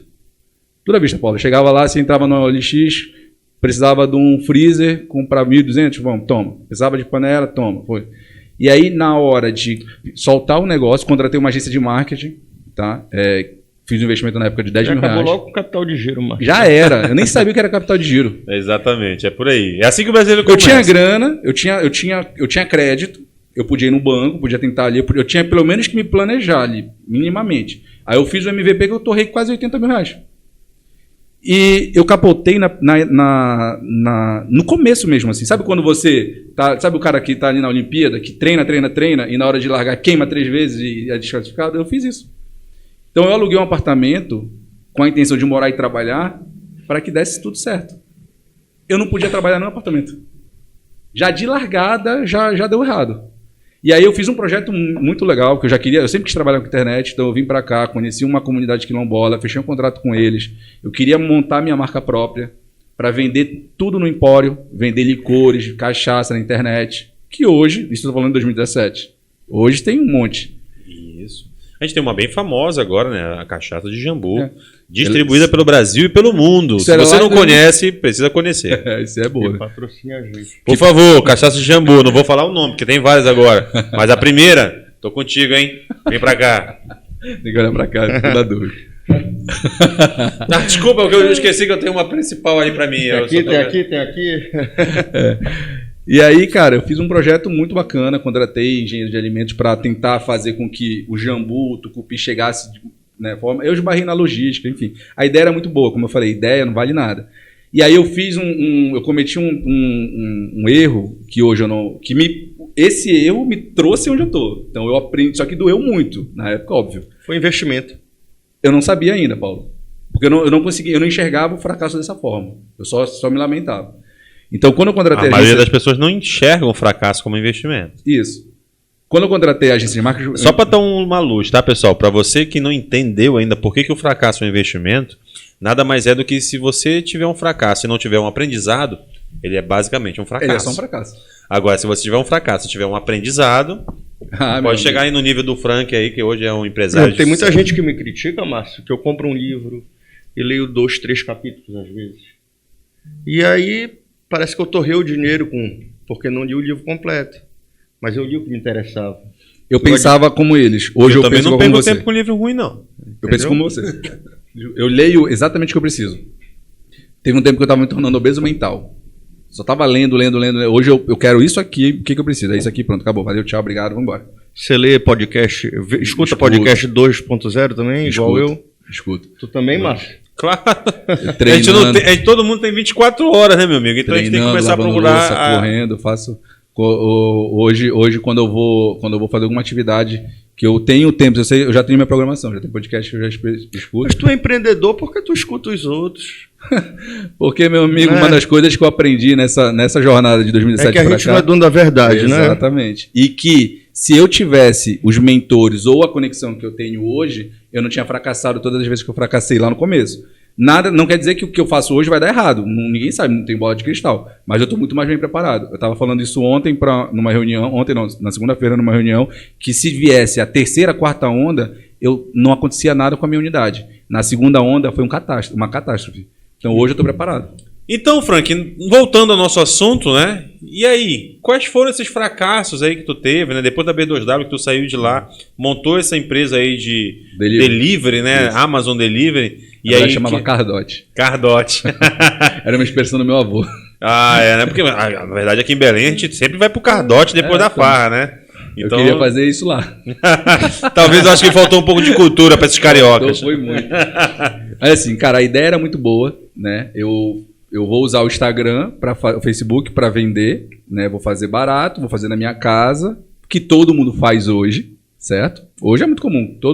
Só você olhar aí no iFood. Não vou entrar no iFood. Não existia Uber Eats 99 Uber, então era sonho, porque até então era Easy Taxi que dominava, certo?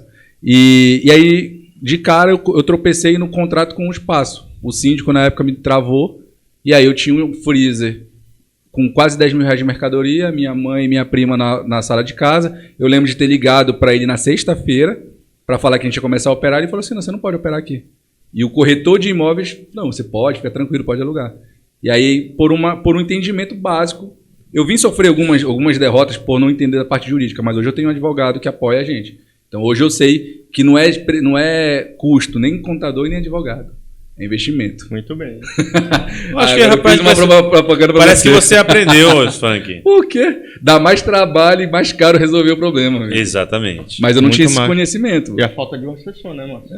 Exatamente. Eu também acho que está faltando um assessor aí para começar a gerir esse patrimônio todo. Olha, se ele tivesse assessor para gerir o capital de giro dele, ó. Exatamente. Caramba, hoje eu tive várias oportunidades que eu escutava e falava assim...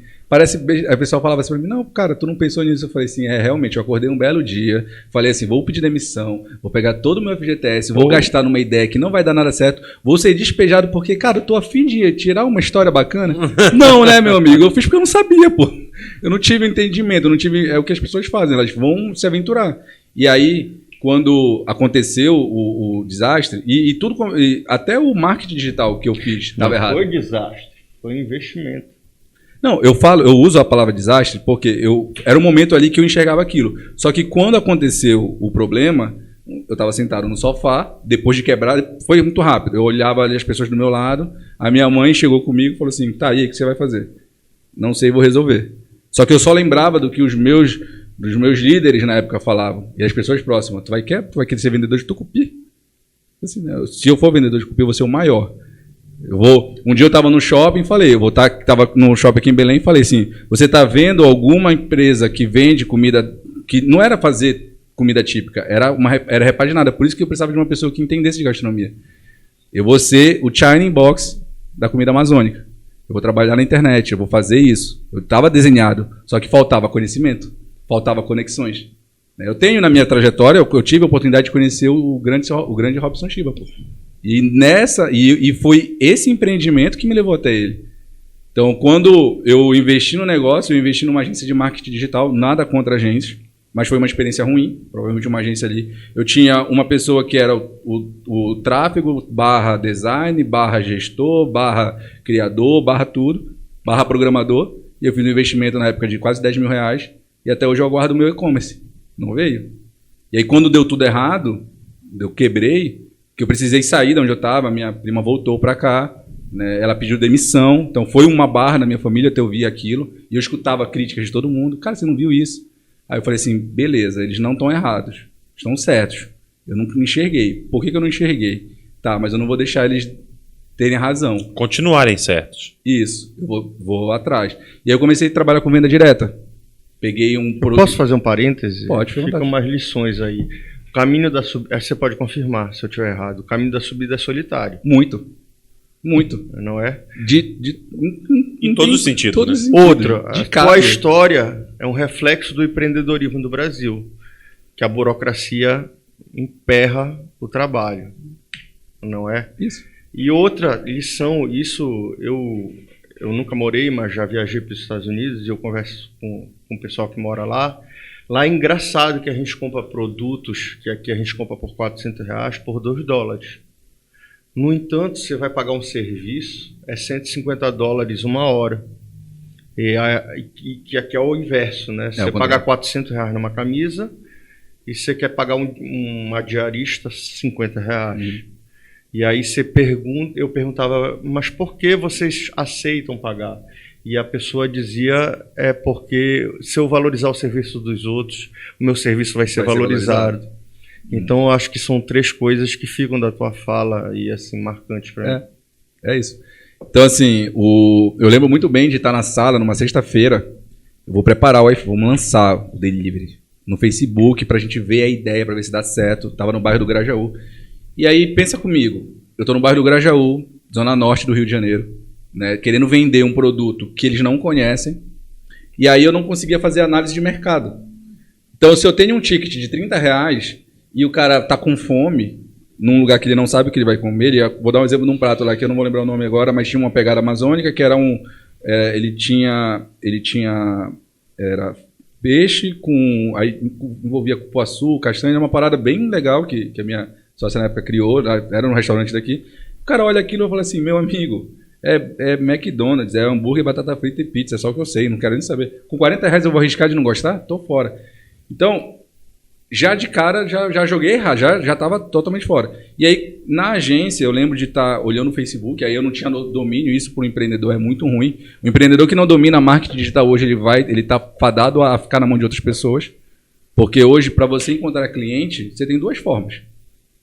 Você pode ir para a mídia tradicional ou você pode ir para a mídia digital. A mídia tradicional você não tem como mensurar. E a mídia digital você tem como medir até o retorno. Isso. Se eu perguntar aqui dentro do estúdio, quem tem celular, todo mundo tem. Pô. Agora, eu duvido você encontrar alguma gráfica que faz um folder por menos de R$1 e entrega na mão da pessoa certa. Se você encontrar, você me fala, porque ela acabou de criar o próximo unicórnio. Não existe isso. Então, um empreendedor que não entende isso, o cara que tem um negócio hoje e fala assim, eu pago uma agência de marketing para publicar meus posts. Ele não sabe o que está fazendo. Provavelmente ele está deixando dinheiro na mesa. Então, eu era esse cara. Eu tinha dinheiro, peguei minha rescisão, tinha dinheiro, contratei a pessoa, falei assim, faz para o meu site, programa, toma um cartão de crédito, coloca aí. E aí eu lembro bem, no lançamento do meu delivery, de olhar lá 1.200 pessoas alcançadas, impressões, 12 mil impressões. Eu falei, vou ficar milionário. Quem entende de marketing digital e está olhando tráfego pago, está ouvindo esse podcast, sabe que impressão não quer dizer nada. São pessoas que foram impactadas ali pelo teu anúncio, mas sequer tiveram alguma ação. E aí, abri o delivery, operação numa sexta-feira, fizemos um monte de produto, preparamos dois motoboy. Eu operei mesmo assim, até tomar uma notificação, tá? Falei assim, dá um jeito. Né? Minha mãe não ficou, fiquei pelo menos uns 2 dias com a minha mãe, com a minha prima, minha sócia, ela sem saber, guardando para mim, né? Aquele angústia. E aí começa a operação. E eu olho pro telefone e o telefone não toca. Isso é 2017. O telefone não toca, o telefone não toca, o telefone não toca. Depois de um tempo toca. Era uma amiga minha que pediu, que não veio do anúncio. Beleza. Um pedido na sexta-feira, um pedido no sábado, prejuízo total. Um pedido no domingo. Só que eu não tinha mais plano B. O que eu fiz? Eu peguei toda a minha grana e eu lembro bem de no sábado olhar minha conta bancária. E eu tinha aluguel para pagar, tinha as contas todas para pagar. E eu tinha R$1.200 na conta. Eu estava tão certo que daria certo, que eu não pedi nem meu seguro-desemprego. E aí, no domingo, eu lembro de olhar o fracasso do final de semana. Falei assim, meu Deus, o que é isso? O que são impressões? O que é isso no Facebook? Por que não está vendo as pessoas? Reunião. Eu tomei a decisão. Aí eu fui para a agência, levei minha mãe, fui lá, e a pessoa lá na época estava me explicando, tentando me explicar o que era lá sobre parte de tráfego pago, mas ele não fazia nenhum tipo de segregação. Hoje eu sou especialista em tráfego pago, né, pelas redes sociais, Facebook, Instagram, e conheço um pouco do Google, não domino. Mas tem pessoas que trabalham comigo com isso, mas eu me especializei nisso. E aí a gente conversando, eu falei, cara, tu tem certeza que tá mostrando para as pessoas certas? Eu uso muito essa analogia, eu acho que ele estava mostrando meu produto para vegano que... Tipo, tu anúncio de uma churrascaria, tu mostra para vegano, eu torrando meu dinheiro. E aí, o negócio não deu certo. Quando eu estava aí eu fui despejado. Beleza, minha mãe voltou para cá, eu comecei a trabalhar com vendas, aí eu fui entender. E a minha mãe falou uma frase que eu lembro benzinho, eu estava chorando no sofá, num sábado, assim, pensando em fazer, minha prima já tinha voltado para cá, e aí ela falou assim, cara, tu estudou 5 anos para ser engenheiro de produção, fez 2 anos de mestrado. Eu lembro que eu saí para vender perfume na rua. Eu decidi que eu não ia ceder. Não ia ceder. E eu comecei a vender perfume numa empresa de venda direta. Peguei um cadastro de uma pessoa e falei, vou viver disso. Só que eu tinha vergonha dos meus amigos verem isso. E eu fazia escondido. Aí eu andava pelo Grajaú tentando vender perfume. Fui pedir, obviamente, seguro-desemprego. Ali foi o pior momento da minha vida. Luz cortada, água cortada, eu tentando pagar as coisas. O meu seguro-desemprego era R$1.500, o aluguel era R$1.500. Não, o meu seguro era R$1.600, o aluguel era R$1.500, sobrava R$100. E aí eu comecei a ter o contato com a venda. Só que não era legal. Porque dói de tomar não. Eu lembro bem de uma vez, falei assim, não, eu li num livro, né, do Jacob Peary, que foi que abriu o empreendedorismo para mim, eu comecei, falei assim, não, é 10 não para um sim, 10 não para um sim. Eu fui para a rua, tomei o 3º não, meu Deus, pelo amor de Deus, eu volto para casa. Esse negócio é foda. E quando vai pro 15º não e não veio o sim? Aí, meu amigo, desiste. E aí, tu senta e chora, tu fala assim, o que eu tô fazendo? Aí tu começa a se questionar, Paulo. Começa a questionar. Fala assim, será que tá todo mundo certo? Exato. Será que eles não certo? Será que eu sou doido? Será que eu não era pra sair da caverna não, doido? Eu acho que era pra ficar dentro da caverna, eles estão certo. E aí tu começa a ficar sozinho. Então esse fracasso me mostrou uma coisa, que eu fui burro. Porque eu falava isso, eu sou engenheiro de produção, eu posso fazer. Eu só preciso das pessoas certas para... Eu não era líder, não era gestor, não era nada. Eu era um cara com dinheiro e uma ideia. E isso muita gente faz isso hoje quando vai empreender. Eu acho que não é burrice, eu acho que é ingenuidade e eu acho que é a cultura precária do brasileiro. Hoje, eu posso te afirmar, hoje eu não faço absolutamente... Obviamente que eu não sou imune a erro. Eu acabei de tomar uma decisão errada no meio da segunda onda do Covid, que eu estou pagando até hoje. Mas hoje eu olho e falo assim, o acúmulo dos erros... Eu olho e falo assim, já fiz isso, não vai doer, não vou para cá. Aí o que eu faço? Fulano, que são os mentores, que eu comecei a descobrir isso depois. Né? Quando eu comecei a entender a história do Napoleão Hill, aí eu comecei a ler. Falei assim, beleza, se para ser engenheiro eu tinha que ler livro de engenharia, para ser empreendedor eu tenho que ler livro de empreendedorismo. E aí eu conheci a história do Napoleão Hill. E uma das coisas que ele fala na Bíblia do Sucesso, né, que é as 12 leis do sucesso, né, é que os caras do sucesso na época, né, as referências, o Henry Ford, o Graham Bell, o Rockefeller, eles tinham mentores. Fomos picados pela mesma abelha. Eu acredito que sim. Frank, muito legal, cara. Muito legal entender que eu acho que o que ficou de lição pra gente aqui, eu acho que tá ouvindo esse podcast hoje, sobre a sua história, é que não só basta ter um espírito empreendedor, mas também precisa passar pelo processo e principalmente se especializar. Isso. Estudar. E quando a gente fala estudar, né, para que a gente fala, parece que lembra do colégio, da escola, né? E a gente sabe que 80% da população são maus alunos, né? 20% tem ali seus 10 mais ou menos e 5 excelentes e os 5% que está no limbo, né? Que não é nenhuma coisa nem outra. Então, a gente entende que realmente são pessoas fora da curva que realmente atingem o sucesso. Mas que realmente essa curva, você pode pegar ela em qualquer momento. E como você mesmo bem disse, né? Você fez todo o script. Você foi lá, fez uma faculdade, algo que nunca ninguém na sua família tinha feito. Você fez algo que não só não tinha feito na sua família, como era bem difícil na sociedade ter uma bolsa para fazer um mestrado, né? E depois você ainda fez uma especialização, o que é mais difícil ainda. E como você falou, trabalhou em boas empresas, grandes negócios, né? Para poder pegar uma experiência legal. E mesmo assim, quando foi empreender, quebrou a cara. Quebrei. E o mais legal, Márcio, é ele insistir e apresentar profissões novas que o Brasil ainda não regulamentou, mas logo mais está regulamentando mas eu acho copywriter. Mas eu acredito que gestor isso é o processo. Gestor de tráfego. Até o próprio dropship, né? Tudo isso que a gente... Isso. Algumas pessoas, inclusive, até hoje não entendem, não sabem como é que funciona, mas são coisas que a gente viu que na última década criou uma relevância no nosso dia a dia muito grande. Inclusive, recentemente, quando a gente ficou aí quase 7 horas sem redes sociais, não sem internet, né? Que as pessoas acham que a gente ficou sem internet. Ficou sem aquele Mas exatamente, a gente ficou, na verdade, sem as redes sociais do Facebook, né? Instagram, Facebook, Telegram rodou WhatsApp. normal. Inclusive, a gente se comunicou na empresa por Telegram. Exatamente. Eu também me comuniquei muito pelo Telegram. Inclusive, vários clientes meus abriram, né, o Telegram. Então, eu acredito que... O Homebroker estava funcionando, então estava tudo bem.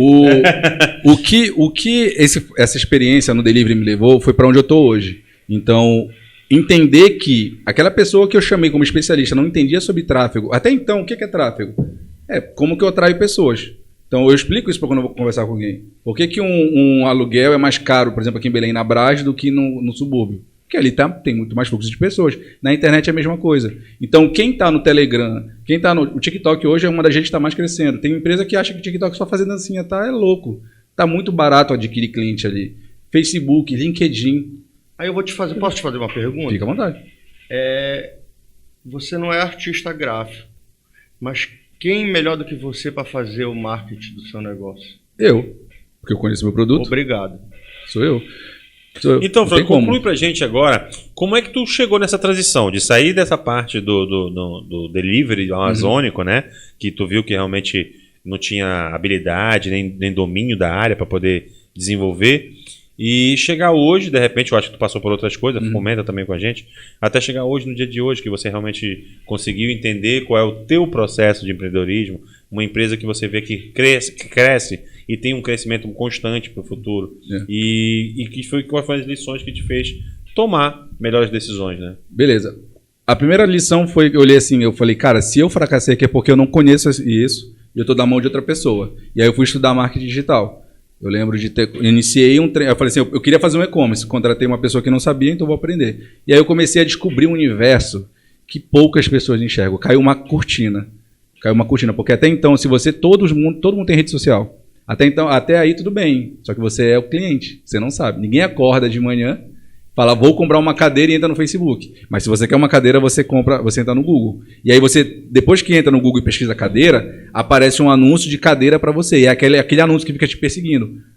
Então, o que os empresários fazem? Eles continuam investindo em mídias tradicionais. A partir do momento que eu queria atrair clientes para o meu delivery e não sabia, eu falei, vou estudar sobre isso. E aí veio um universo que foi se abrindo. E eu fui vendo, para cada oportunidade, eu fui pegando aquilo ali para eu viver. Literalmente. Hoje eu vivo do empreendedorismo.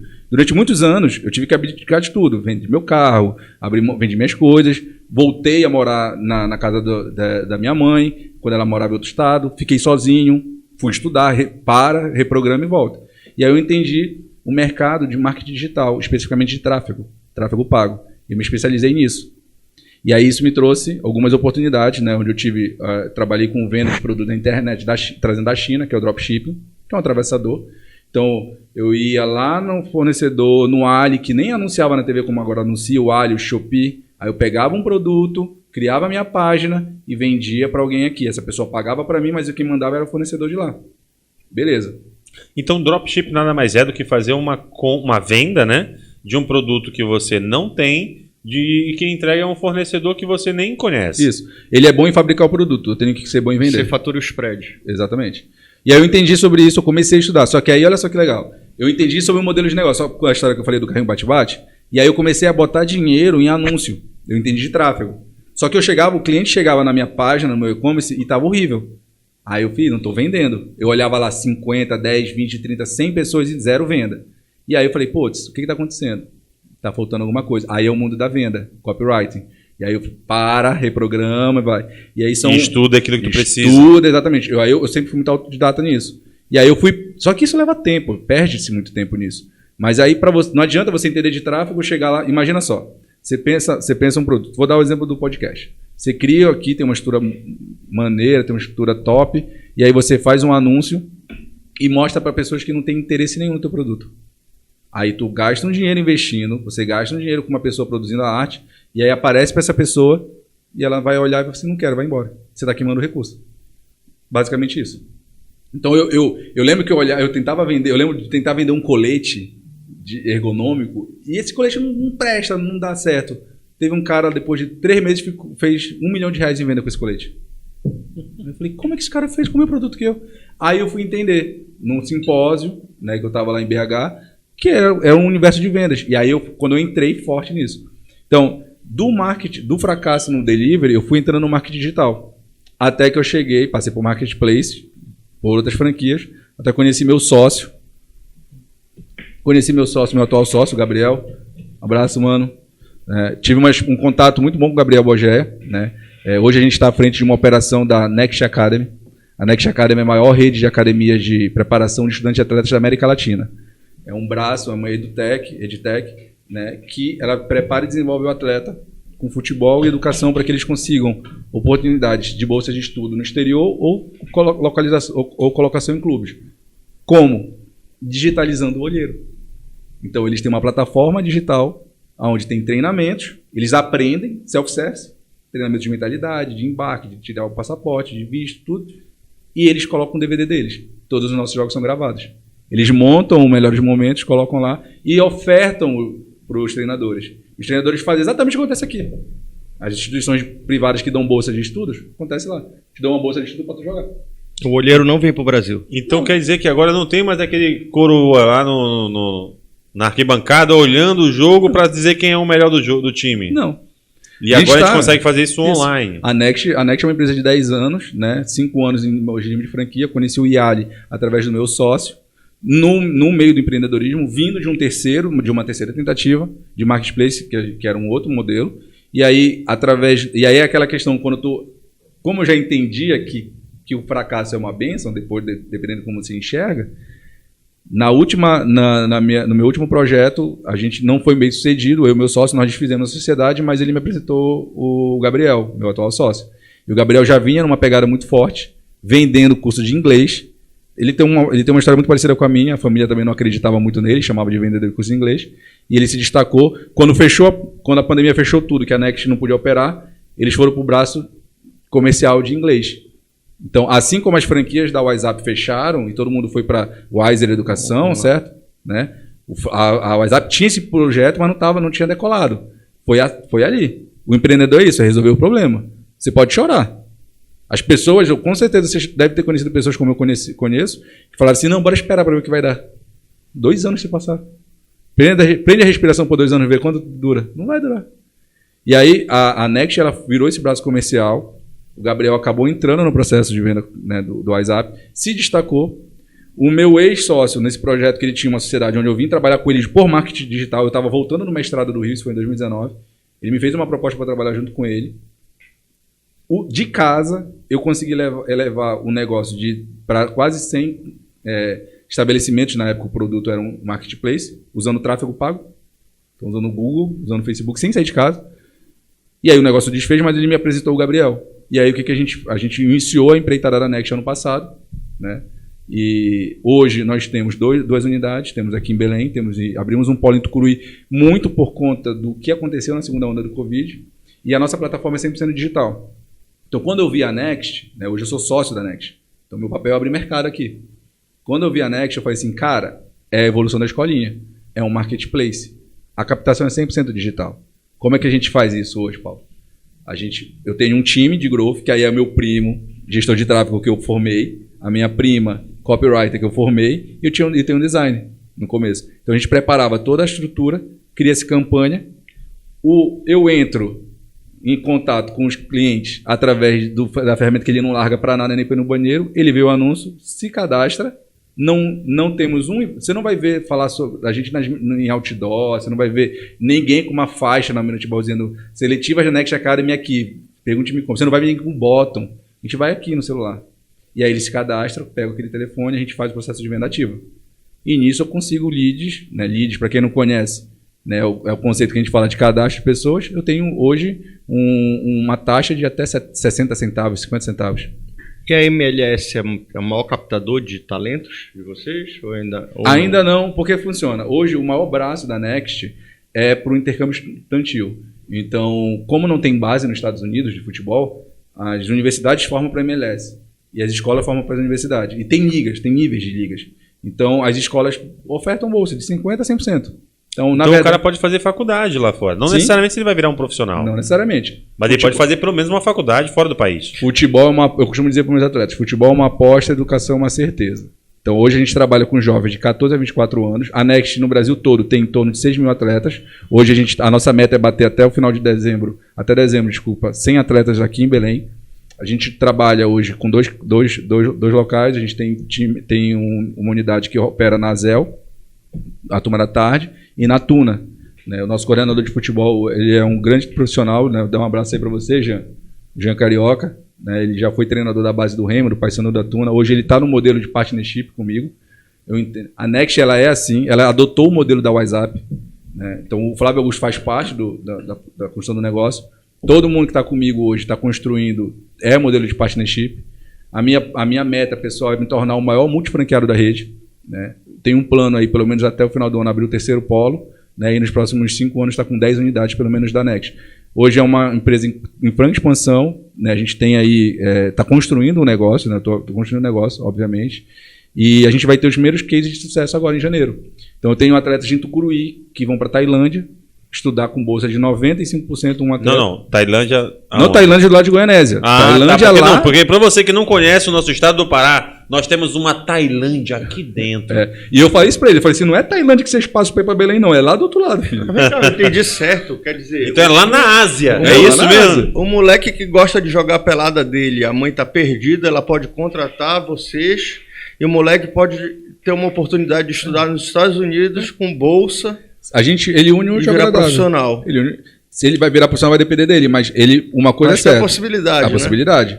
Então ele e pode. Aí a mãe porque tá agora ele tem um olheiro, né? Tem futuro e ele tem um olheiro estando aqui. Então quer dizer que se você que mora em Breves, lá na nossa Ilha do Marajó, ou em Tucuruí, lá onde a gente faz o nosso fornecimento de energia, você também pode ser um profissional do futebol. Domingo a gente vai ter um evento. Poxa, legal. Então, mesmo que você não seja um profissional do futebol, lembre-se do que o Frank falou. A profissão de futebol, ela é...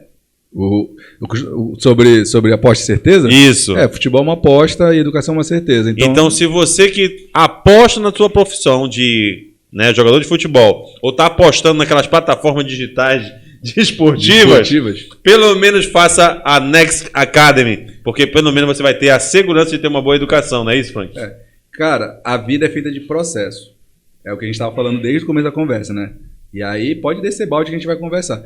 Se eu tivesse fracassado, isso foi em 2017 que eu quebrei a primeira vez, tivesse desistido, eu não estava sentado aqui com vocês falando sobre isso. Só que eu entendi que o meu fracasso ali foi por eu não conhecer uma peça do jogo. E aí, quando eu entendi isso, eu fui juntando as peças. O que eu falo muito para os atletas hoje, a gente trabalha com jovens, como eu falei, de 14 a 24 anos. Seja para high school, primeiro, segundo e terceiro ano, seja para college. Cara, você não vai... Não é, eu uso a expressão do miojo, não vai levar 3 minutos, é um processo, é construção. Porque eu tentei no Remo, tentei no Paysandu, não deu certo. Beleza. Se você não for profissional, mas você vai ter um diploma. Ninguém te tira esse conhecimento, ninguém tira o meu conhecimento. Hoje eu trabalho com futebol e nunca joguei bola. Eu nunca joguei bola em campeonato. Eu lembro que eu era sempre... Fechava assim... o Frank, tá vendo? O gordinho, o perneta ou o Frank? Nós estávamos conversando antes de começar o podcast sobre a história do Ryan. O Ryan foi estudar futebol americano e acabou trabalhando em Wall Street. Né? Não seguiu no futebol americano, mas se formou lá. Então é um caso típico. Quem é o Ryan? Ryan Santos é um influencer. Ryan Santos é um cara... Você que não conhece quem é o Ryan, assim como eu. Santos é um influencer. É um rapaz moreninho que ganhou dinheiro pra caramba na internet. Uma hora é amigo do Flávio Augusto, outra hora não é mais. Ele briga amigo, outra hora não é mais. Ele se dá o luxo de poder brigar com o Flávio Augusto. Mas comprou o Rolls Royce dele, entendeu? Mas ele conseguiu. Eu tô brincando, pessoal. Eu conheço muito bem o Ryan. É um cara, é um amigo particular. Mentira. Mas é um cara que realmente veio de baixo. A gente conhece a história dele. É um cara que veio da favela do Rio de Janeiro e que realmente ganhou o mundo. Com óbvio, um pouco de sorte, como todo mundo que tem sucesso, mas com muita dedicação. É preparo e ação. Exato, muito bem. Ele tá olhando ali, o cara tá na tua frente. Vou dar um exemplo claro. Eu tive sorte. Hoje eu tô à frente da Next junto com o Gabriel por causa da sorte. O Gabriel tava falando com o Yali, que é o founder da Next, né? O Yali, ele foi para os Estados Unidos, fez faculdade. Na época ele não tinha o que tem a estrutura, então ele chamava os amigos, gravava o vídeo para fazer o DVD, para mandar a fita pro recrutadores. Ele conseguiu fazer isso. Quando ele voltou, ele desenhou esse negócio. Só que ele não idealizou a Next. A Next já existia. Então ele se juntou com uma pessoa que na época focava para os esportes que acontece muito lá.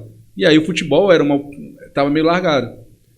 Por que hoje eu estou à frente da Next? Porque o meu conhecimento adquirido em todo o processo fez sentido. Falei assim, cara, vambora. Preciso de você comigo. Então, o caso do Ryan é específico. Ele estava preparado. Quando veio a oportunidade, deixa eu olhar isso aqui, me dá isso aqui. E ele venceu por onde? Quando ele viu que ele não estava feliz em Wall Street, no marketing digital. Mas a beleza do marketing digital é isso. Olha, hoje, quando a gente quer fazer nós abrimos Tucuruí sem pisar em Tucuruí. Eu tenho um irmão lá, né, como eu falei, hoje trabalha comigo.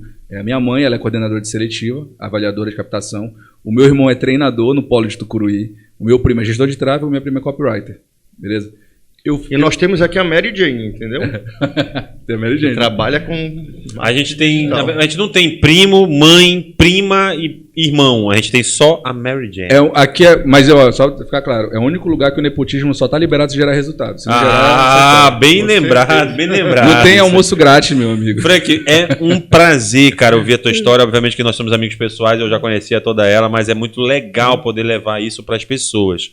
E eu acho que mais do que a lição de entender que quem não está na internet, quem não tem o mínimo de conhecimento sobre tráfego pago, sobre mídias sociais, está fora do mercado. Totalmente. Mas eu acho que mais do que isso, a gente aprendeu contigo que perseverança, eu acho que é o nome da palavra-chave para quem resiliência. O jogo é Porque eu acho que a resiliência ficou um pouco pejorativa, né? Ficou banalizada, na verdade, de tanto que as pessoas falam hoje em dia. Mas eu acho que a resiliência, ela exemplifica bem realmente essa força de vontade que todo empreendedor tem que ter de... Então deixa eu mudar, amadurecimento. Isso, pode ser também. Dar murro em ponta de faca e continuar batendo, né? E hoje você não só é o primeiro do seu nome, o primeiro da sua família a se formar, fazer um mestrado. De muitos que virão, se Deus quiser. Exato, se Deus quiser, né? Hoje ele é uma pessoa que com certeza vai influenciar os sobrinhos, os primos, né? Galera que tá vindo. E já tá a galera vindo, exatamente. E não só isso, né? Você já tá influenciando não só as pessoas que são mais novas que estão vindo na tua família,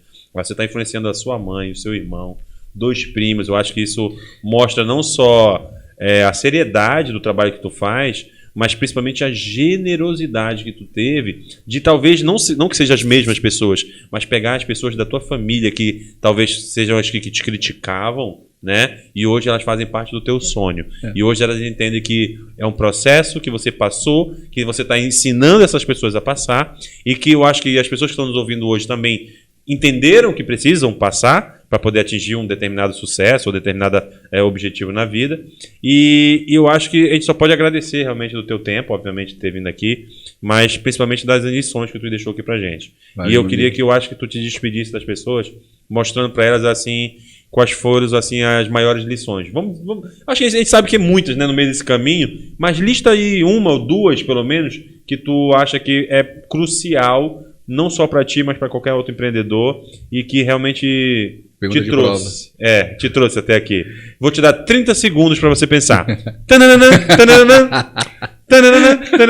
Batatinha frita, 1, 2, 3. Agora é batatinha frita.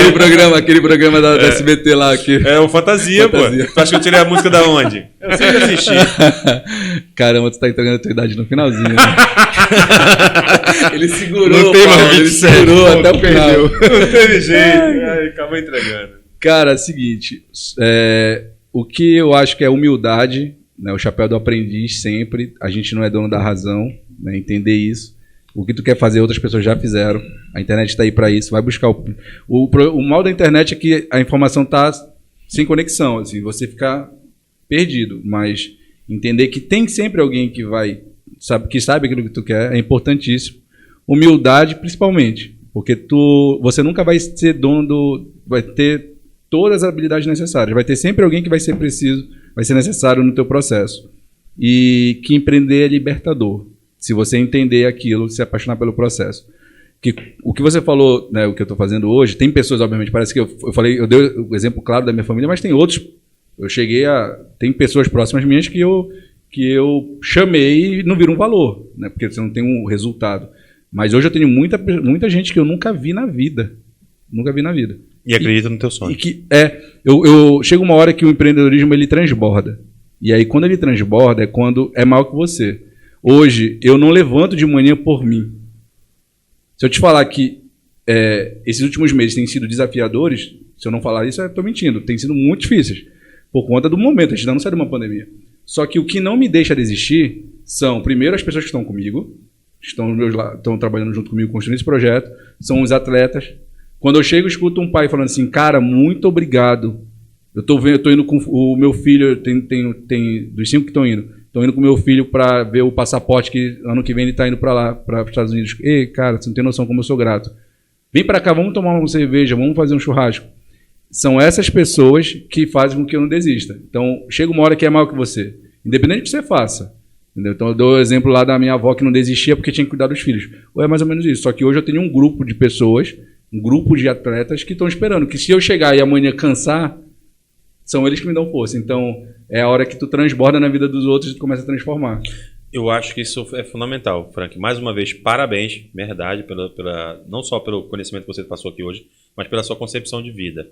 Porque eu acho que é algo que a gente percebe naturalmente dos grandes, né? Dos grandes investidores, dos grandes empresários, das pessoas que fazem diferença, como eu falei, não só na nossa cidade, na nossa família, mas faz na sociedade como um todo.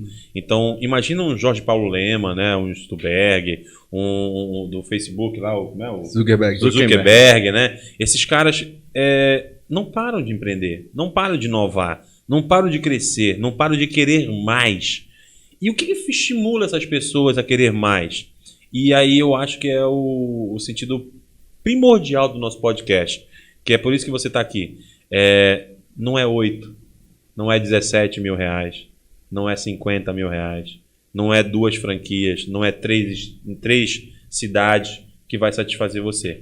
Porque a gente, quando empreende, obviamente que o primeiro momento é satisfazer nossas necessidades básicas. Com certeza. Né? E ter uma qualidade de vida boa.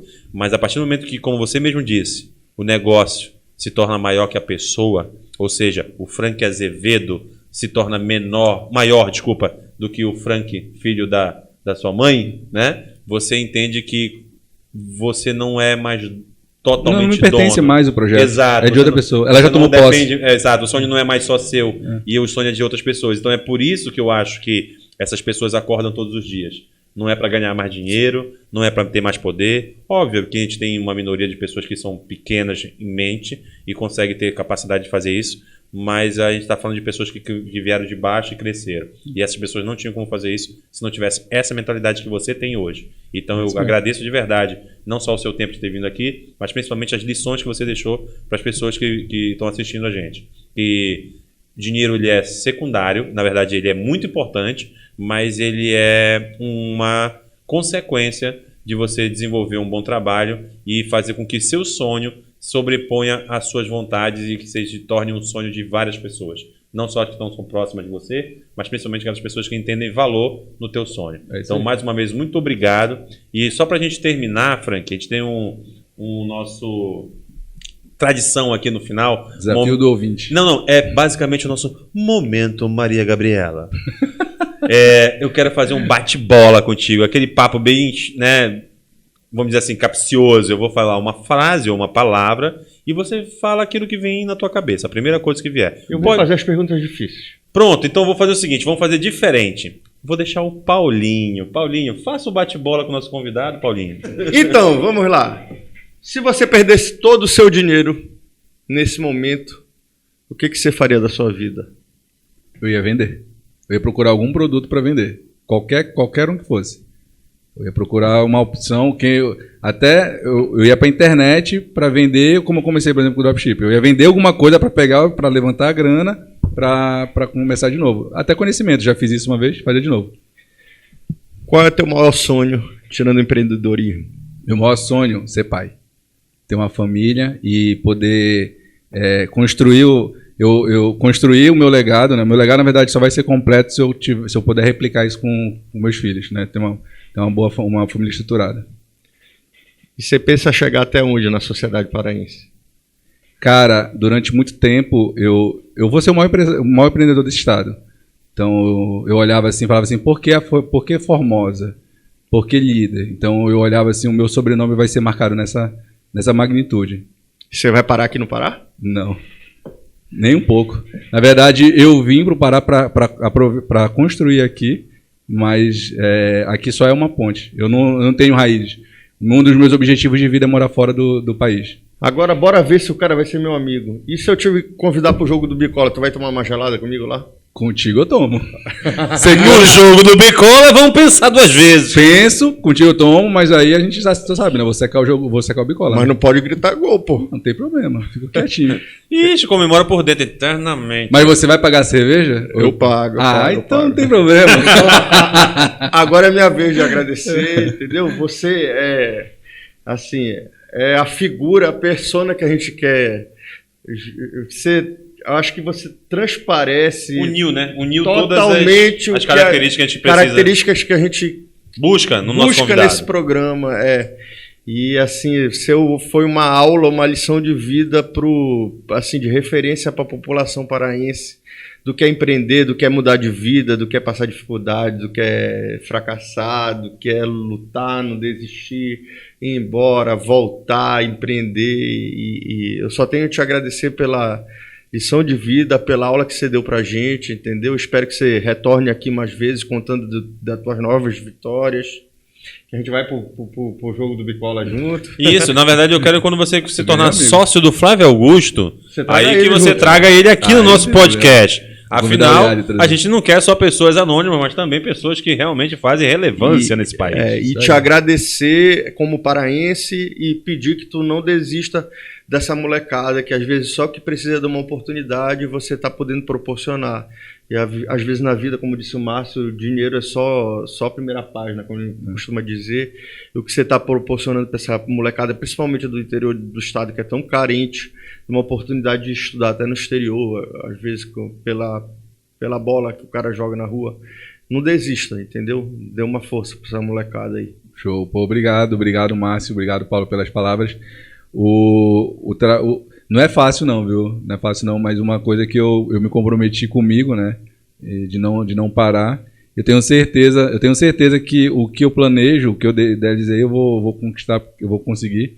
E eu queria parabenizar vocês mais uma vez, né, pelo projeto. Eu acho que falta muito divulgar, assim, falta muito incentivar essa cultura, né? A gente valoriza muito o que tem de fora, a gente valoriza muito a Coca-Cola, assim, mas tem as coisas daqui, né? Então a gente sabe que tem pessoas aqui, a gente sabe que tem pessoas que agregam, né? Então vocês têm os projetos de vocês paralelo, então é algo que vai abrir, né?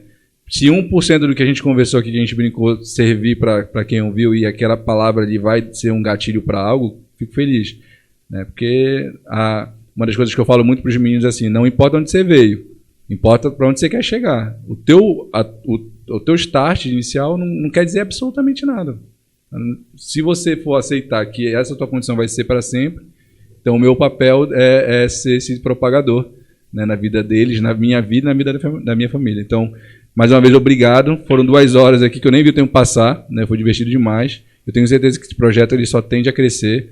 Já sou amigo do Márcio, ganhei mais um amigo, já segui o Instagram do PC, né, o Pode Investir. O Márcio abriu, eu comecei a seguir e eu tenho certeza que daqui a um tempo a gente vai ver essa audiência crescer, muitas pessoas vão vir com relevância e é simples, cara, é simples. Trabalho, dedicação gera resultado, vocês sabem disso. Então é só continuar, não tem como dar errado.